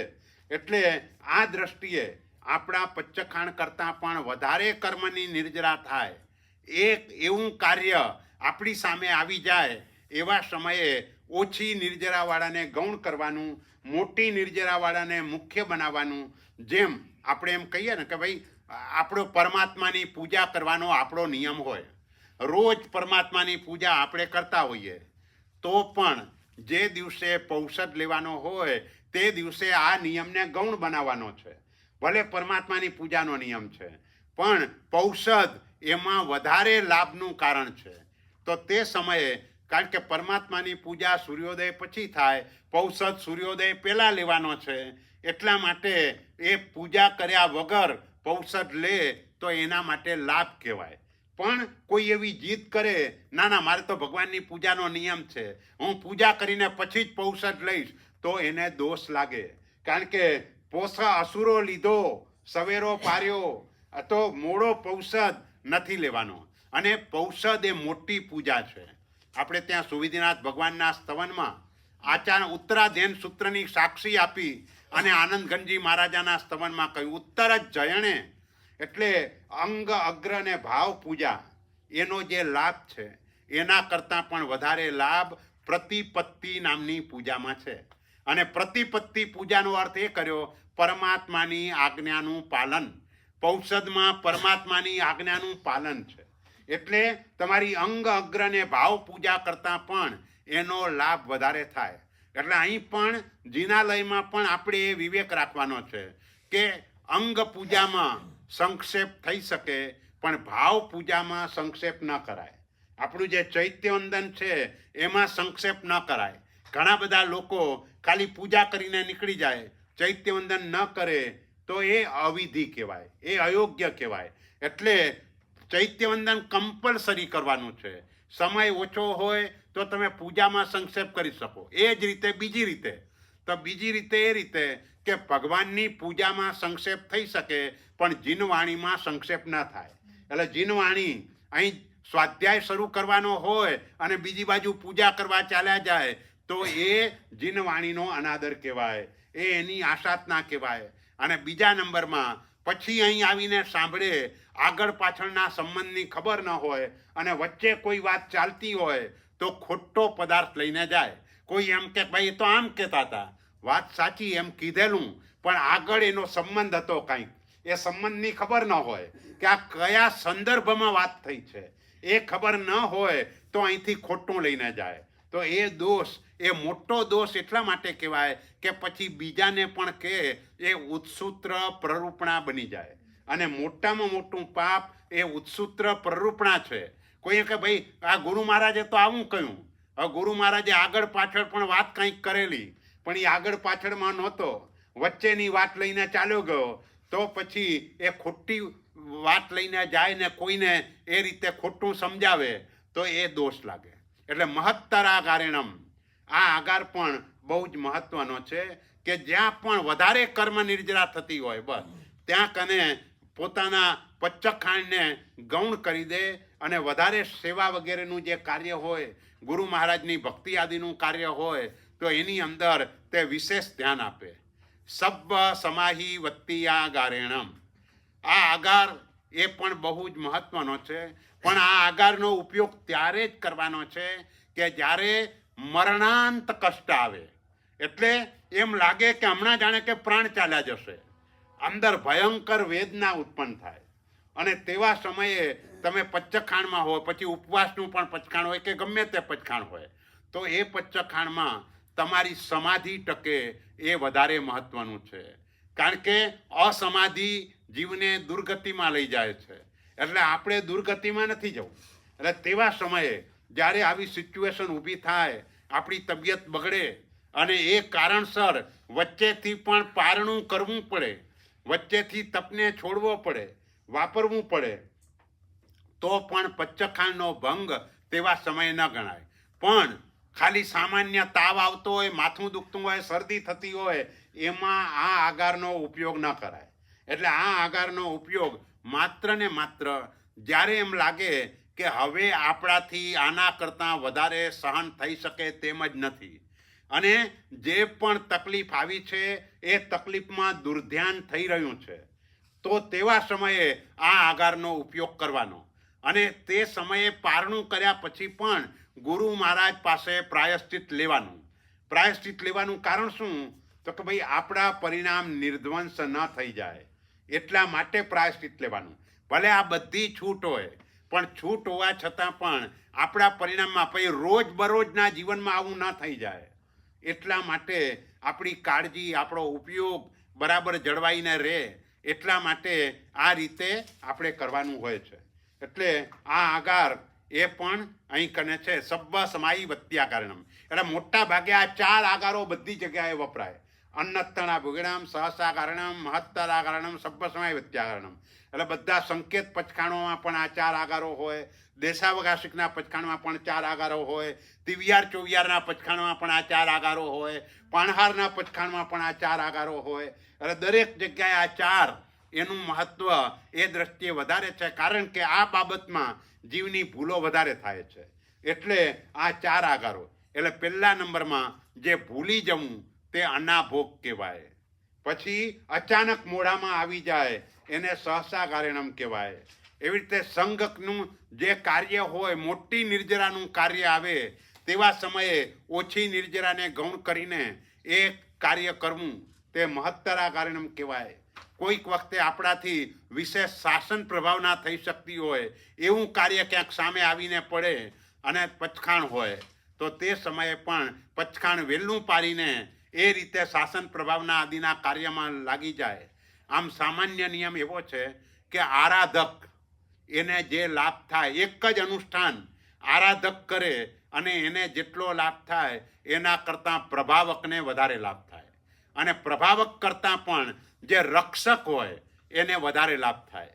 એટલે હંમેશા ગુરુ મહારાજ ભલે રોજ નવકારસીનું પચખાણ કરતા હોય અને આરાધક માસક સમણનો તપ કરતો હોય, તો પણ ગુરુ મહારાજને શાસન પ્રભાવનાનું લક્ષ્ય હોવાથી, બીજા લોકોને ધર્મમાં સ્થિર કરવાનો આશય હોવાથી એમનો લાભ હંમેશા વધી જાય. એટલે તમે જુઓ કે જે વધારે જેને બોલવાનું આવે મોટા ભાગે એ તપ ઓછો કરી શકે.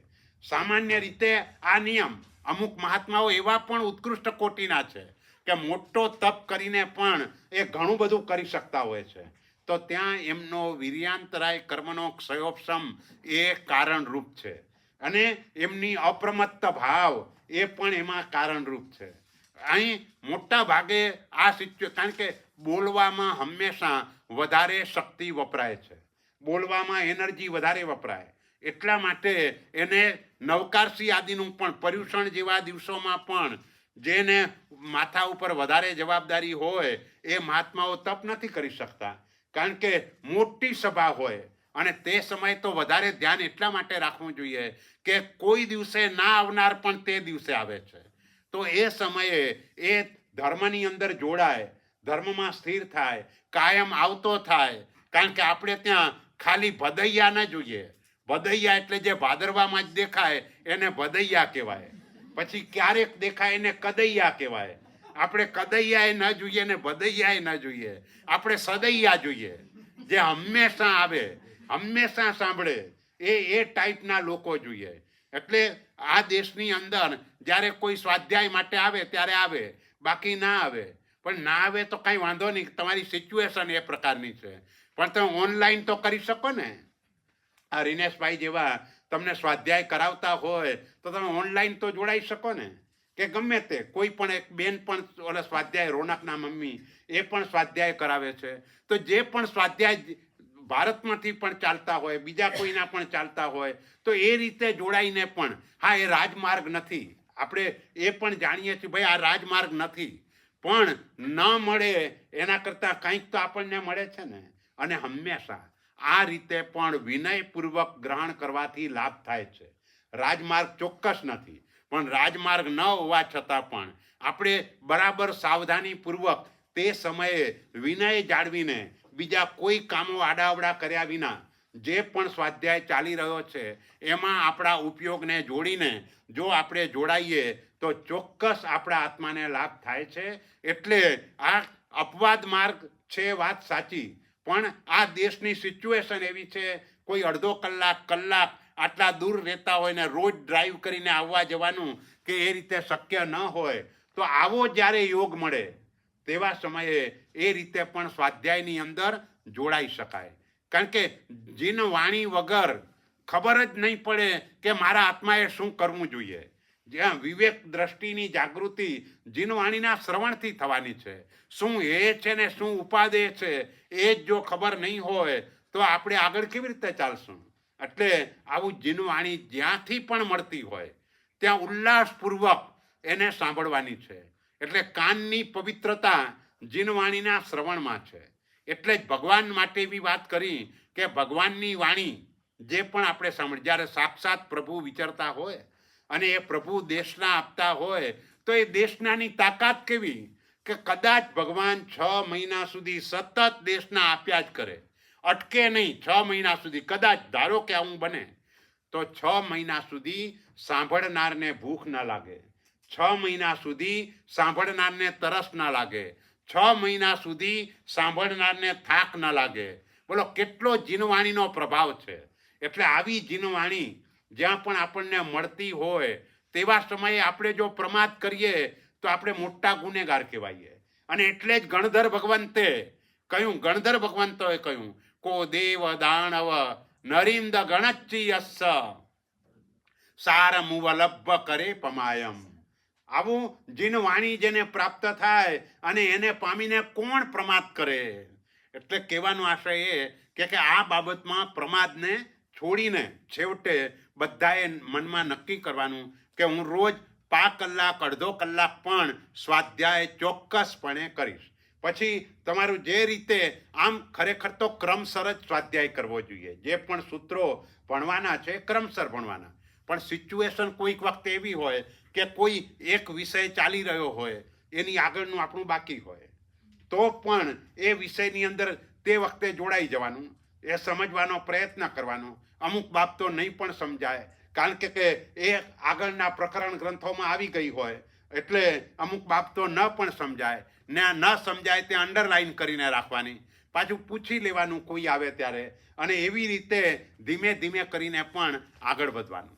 એટલે આ પચ્ચખાણોની અંદર આપણે મહત્તરા કારણમ અને સબ્બ સમાહી વત્તિયા કારણમ, એટલે શરીરની સ્વસ્થતા માટેનો જે આગાર છે તે સબ્બ સમાહી વત્તિયા કારણમ. પછી પચ્છન્ન કાલેણમ. જો હવે આ જે આગારોની વાત કરીએ છીએ એ આજના દિવસે આ આગારો સમજવાના નથી. તો તમને એમ થશે કે ભાઈ તો પછી આપણે શા માટે બોલીએ છીએ? પાઠને અખંડ રાખવા માટે.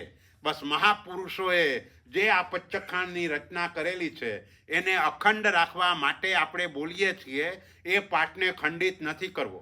આ પચ્છન્ન કાલેણમ આગાર એ ટાઈપનો છે. જો આજના દિવસે તો આપણે ત્યાં બધામાં ઘડિયાળ આવે.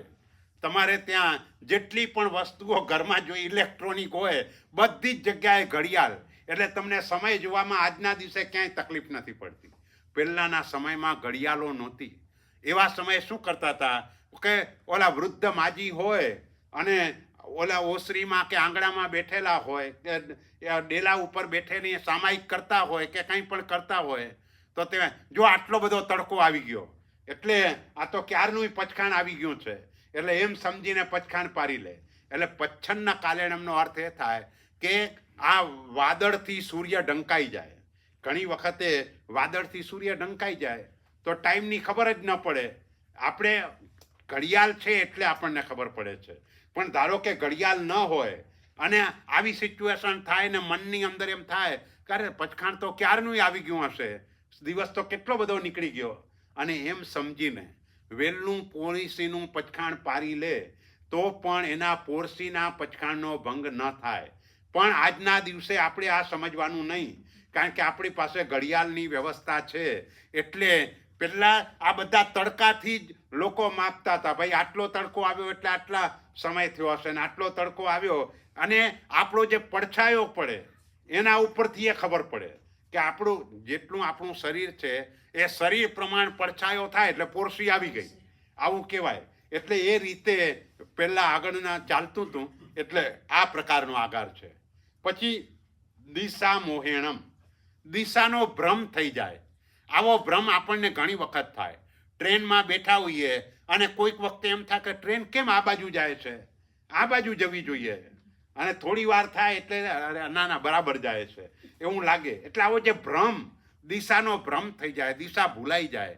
અને દિશા ભૂલાઈ જાય તો શું થાય કે પછી તડકો આટલે આવ્યો કે આટલે આવ્યો, એટલે ઓટોમેટિક સમય પણ ભૂલાઈ જાય.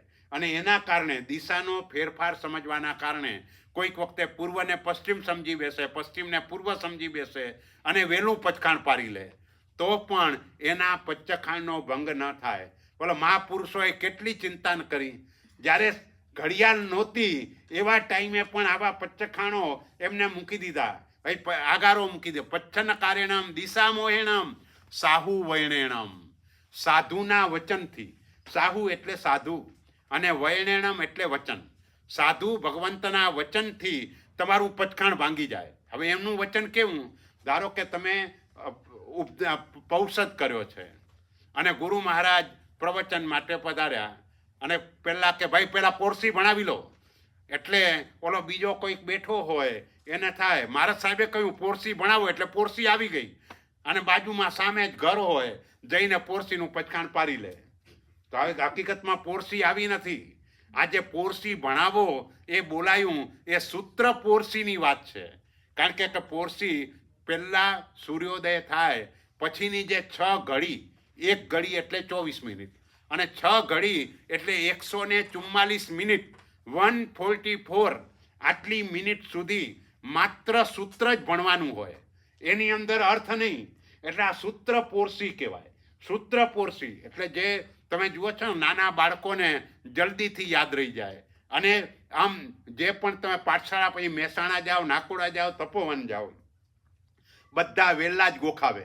સવારે 5 વાગે ઉઠાડીને આ ગોખાવાનું કરે, કારણ કે એ સૂત્ર પોરસી છે. એટલે એવા સમયે ગોખવાનું જે હોય એ જલ્દીથી યાદ રહી જાય. અને પછી અર્થ પોરસી કહેવાય. આ પહેલી 6 ઘડી પછી અર્થ પોરસી શરૂ થાય. એટલે તમે જો ચોમાસામાં ત્યાં કને આવો ઇન્ડિયાની અંદર અને ગુરુ મહારાજના વ્યાખ્યાનો તમે સાંભળતા હો તો પણ તમને ખ્યાલ એ રીતે આવે કે એમનું જે પહેલું વ્યાખ્યાન હોય ને કોઈ પણ આગમ ઉપર હોય, એટલે સૂત્રનું વ્યાખ્યાન થઈ ગયું. અને પછીનું જે વ્યાખ્યાન હોય બીજું એ કોઈ પણ કથા હોય, કોઈ પ્રકારની સમજ હોય, વ્રતની સમજ કે ગમે તે, એટલે અર્થની દેશના, પહેલા સૂત્રની દેશના, પછી અર્થની દેશના. એટલે પેલી સૂત્ર પોરસી અને પછી અર્થ પોરસી. એટલે આ પોરસી ભણાવી દે પછી અર્થ શરૂ થાય. જ્યાં સુધી પોરસી ન ભણાવે ત્યાં સુધી સૂત્રની જ વાત કરવાની છે. એટલે ત્યાં સુધી સૂત્ર. એટલે આપણે પણ પૌષદમાં આવી રીતે પોરસી ભણાવીએ છીએ. તો આવી રીતે ગુરુ મહારાજ કે ભાઈ પોરસી ભણાવો, એટલે પેલો સમજે કે પોરસી આવી ગઈ. હકીકતમાં પોરસી તો સૂર્યોદય પછી 1 પ્રહર થાય પછી આવે.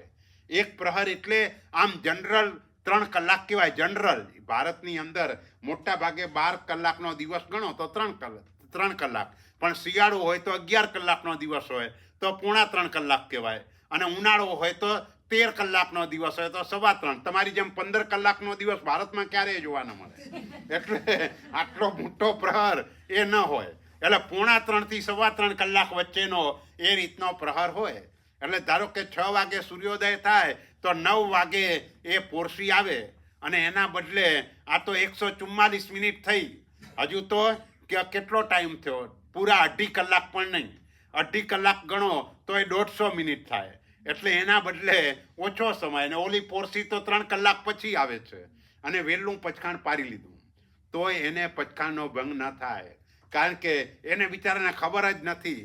એને તો થયું કે મારા સાહેબે કહ્યું પોરસી ભણાવો, એટલે મારા સાહેબે કહ્યું તો પોરસી આવી જ ગઈ ને. એને ખબર નથી કે ભાઈ આ પોરસી જુદી છે ને આ પોરસી જુદી છે, એ ખબર નથી. અને એના કારણે પાડી લે તો એને સાહુ વૈણેણમ નામનો આગાર કહેવાય.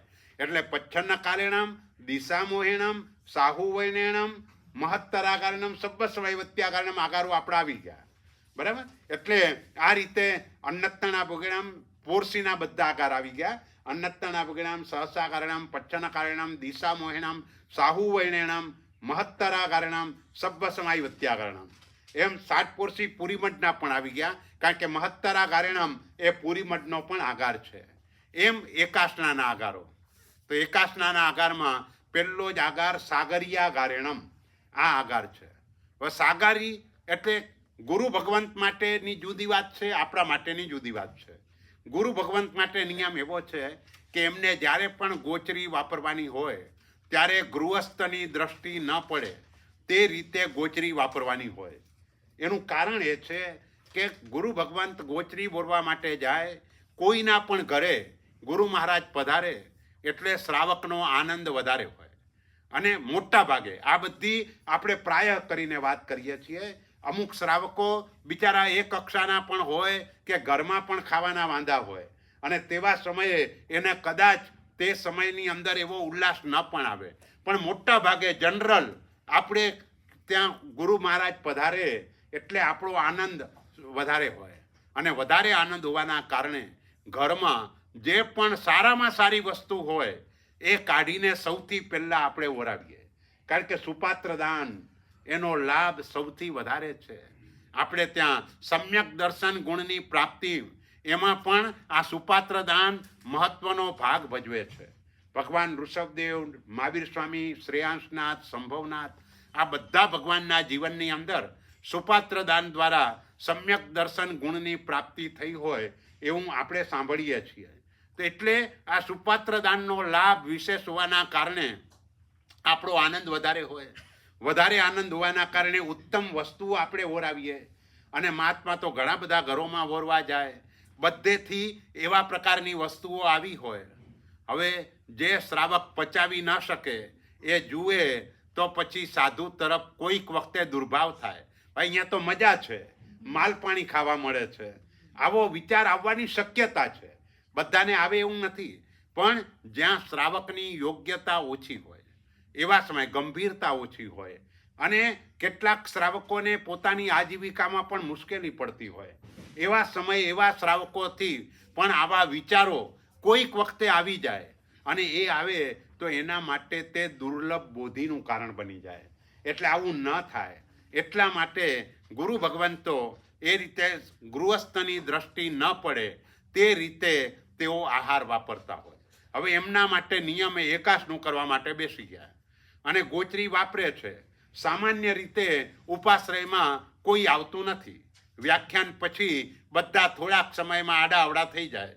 પછી ઉપાશ્રયમાં કોઈ ના આવતું હોય તો કંઈ પડદો કે એવી કોઈ અમુક ઉપાશ્રયો જેવા હોય કે એમાં આવી વ્યવસ્થા પણ ન હોય અને એમને વાપરવા બેસી જાય અને અચાનક કોઈ ગૃહસ્થ આવી ગયો તો હવે શું કરવાનું? પોતાનું પચકાણ એકાસનાનું છે, પડદો છે નહીં, તો તેવા સમયે એ થોડી વાર તો ઢાંકી દે ગોચરીને અને ગૃહસ્થને જવાનું કે, પણ પેલો સમજે નહીં અને ત્યાંથી જો જાય નહીં તો તેવા સમયે ચાલુ એકાસનામાં ગુરુ મહારાજ ઊભા થઈ એની જોડે વાત કરી એનું કામ પતાવીને રવાના કરે તો પણ ગુરુ મહારાજના એકાસનાના પચખાણનો ભંગ ન થાય, ચાલુ એકાસનામાં ઊભા થવા છતાં.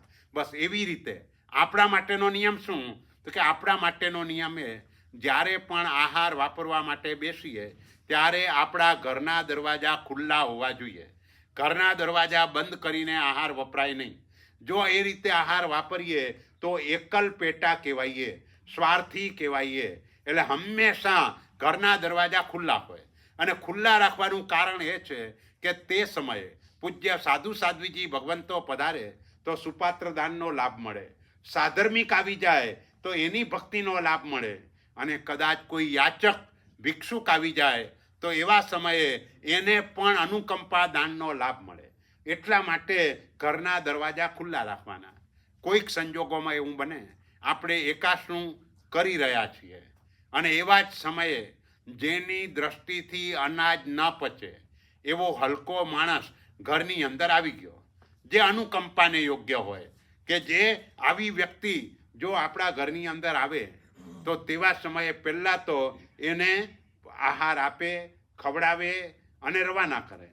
પણ ઘણી વખત જાય જ નહીં.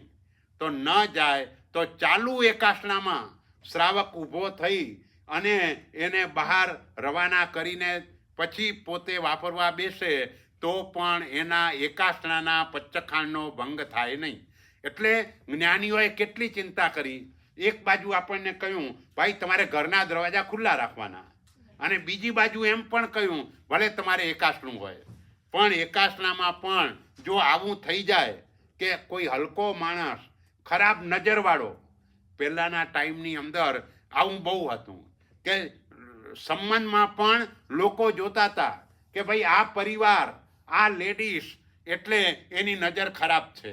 એટલે એનું આખું જે એના જે સંતાનોની જે પરંપરા હોય ને એ સંતાનોની પરંપરામાં પણ લોકો એમ સમજતા હતા કે આ પરિવારના લોકોની દ્રષ્ટિ સારી નથી, માટે આની જોડે સંબંધ ન કરાય. આવું આજથી 25, 30, 35 વર્ષ પહેલાં ગામડાઓની અંદર આવા પ્રકારની માન્યતા હતી. પણ આ તો માણસો જ હલકી જાતિના અને એવા માણસો આવે તો તેવા સમયે આવું થવાની શક્યતા, નજર વગેરે લાગવાની શક્યતા આ બધી વધી જાય. એટલે જ્ઞાનીઓએ આપણી ચિંતા કરી, ભાઈ તમે ઘરના દરવાજા ખુલ્લા રાખ્યા ને આવ્યા, કંઈ વાંધો નહીં, તમે આપી દો. નથી જતો ઊભા થઈને તમે એને મોકલી દો અને પછી તમે વાપરજો તો પણ એકાસનાના પચ્ચખાણનો ભંગ ન થાય. એને સાગરિયા ગારેણમ નામનો આગાર કહેવાય. સાગારી એટલે આગાર એટલે આમ ઘર, આગારનો અર્થ ઘર થાય અને જેવી રીતે આગાર એટલે છૂટ કહેવાય એમ આગાર આમ મરાઠીમાં આગાર જ કહેવાય. તમે મુંબઈમાં આવ્યા હો અને બસ જોઈએ તો કુર્લા આગાર એટલે આગાર એટલે શું? ડેપો. ડેપો એટલે એનું રહેવાનું સ્થાન. એમ અહીંયા કને આગાર એટલે ઘર.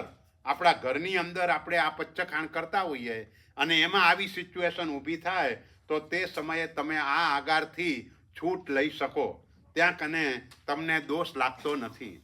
એટલે પૂજ્ય સાધુ સાધ્વીજી ભગવંતો માટે આગારની વાત જુદી અને આપણા માટે આ આગારની વાત જુદી. બસ આવી રીતે હજુ બીજા પણ આગારો છે, ટોટલ 22 આગારો છે. એની વાત બીજા સેશનની અંદર આપણે હજુ પણ વાત કરીશું. હજુ આવતીકાલનો દિવસ પણ આપણી પાસે છે. પરમાત્માની આજ્ઞા વિરુદ્ધ બોલાવી તો મિચ્છામિ દુક્કડમ. શિવમસ્તુ સર્વ જગત પરહિત નિરતા ભવન્તુ ભૂતગણા દોષઃ પ્રયન્તુ નાશમ સર્વત્ર સુખી ભવતુ લોક. બોલો શ્રી મહાવીર સ્વામી ભગવાન કી જય.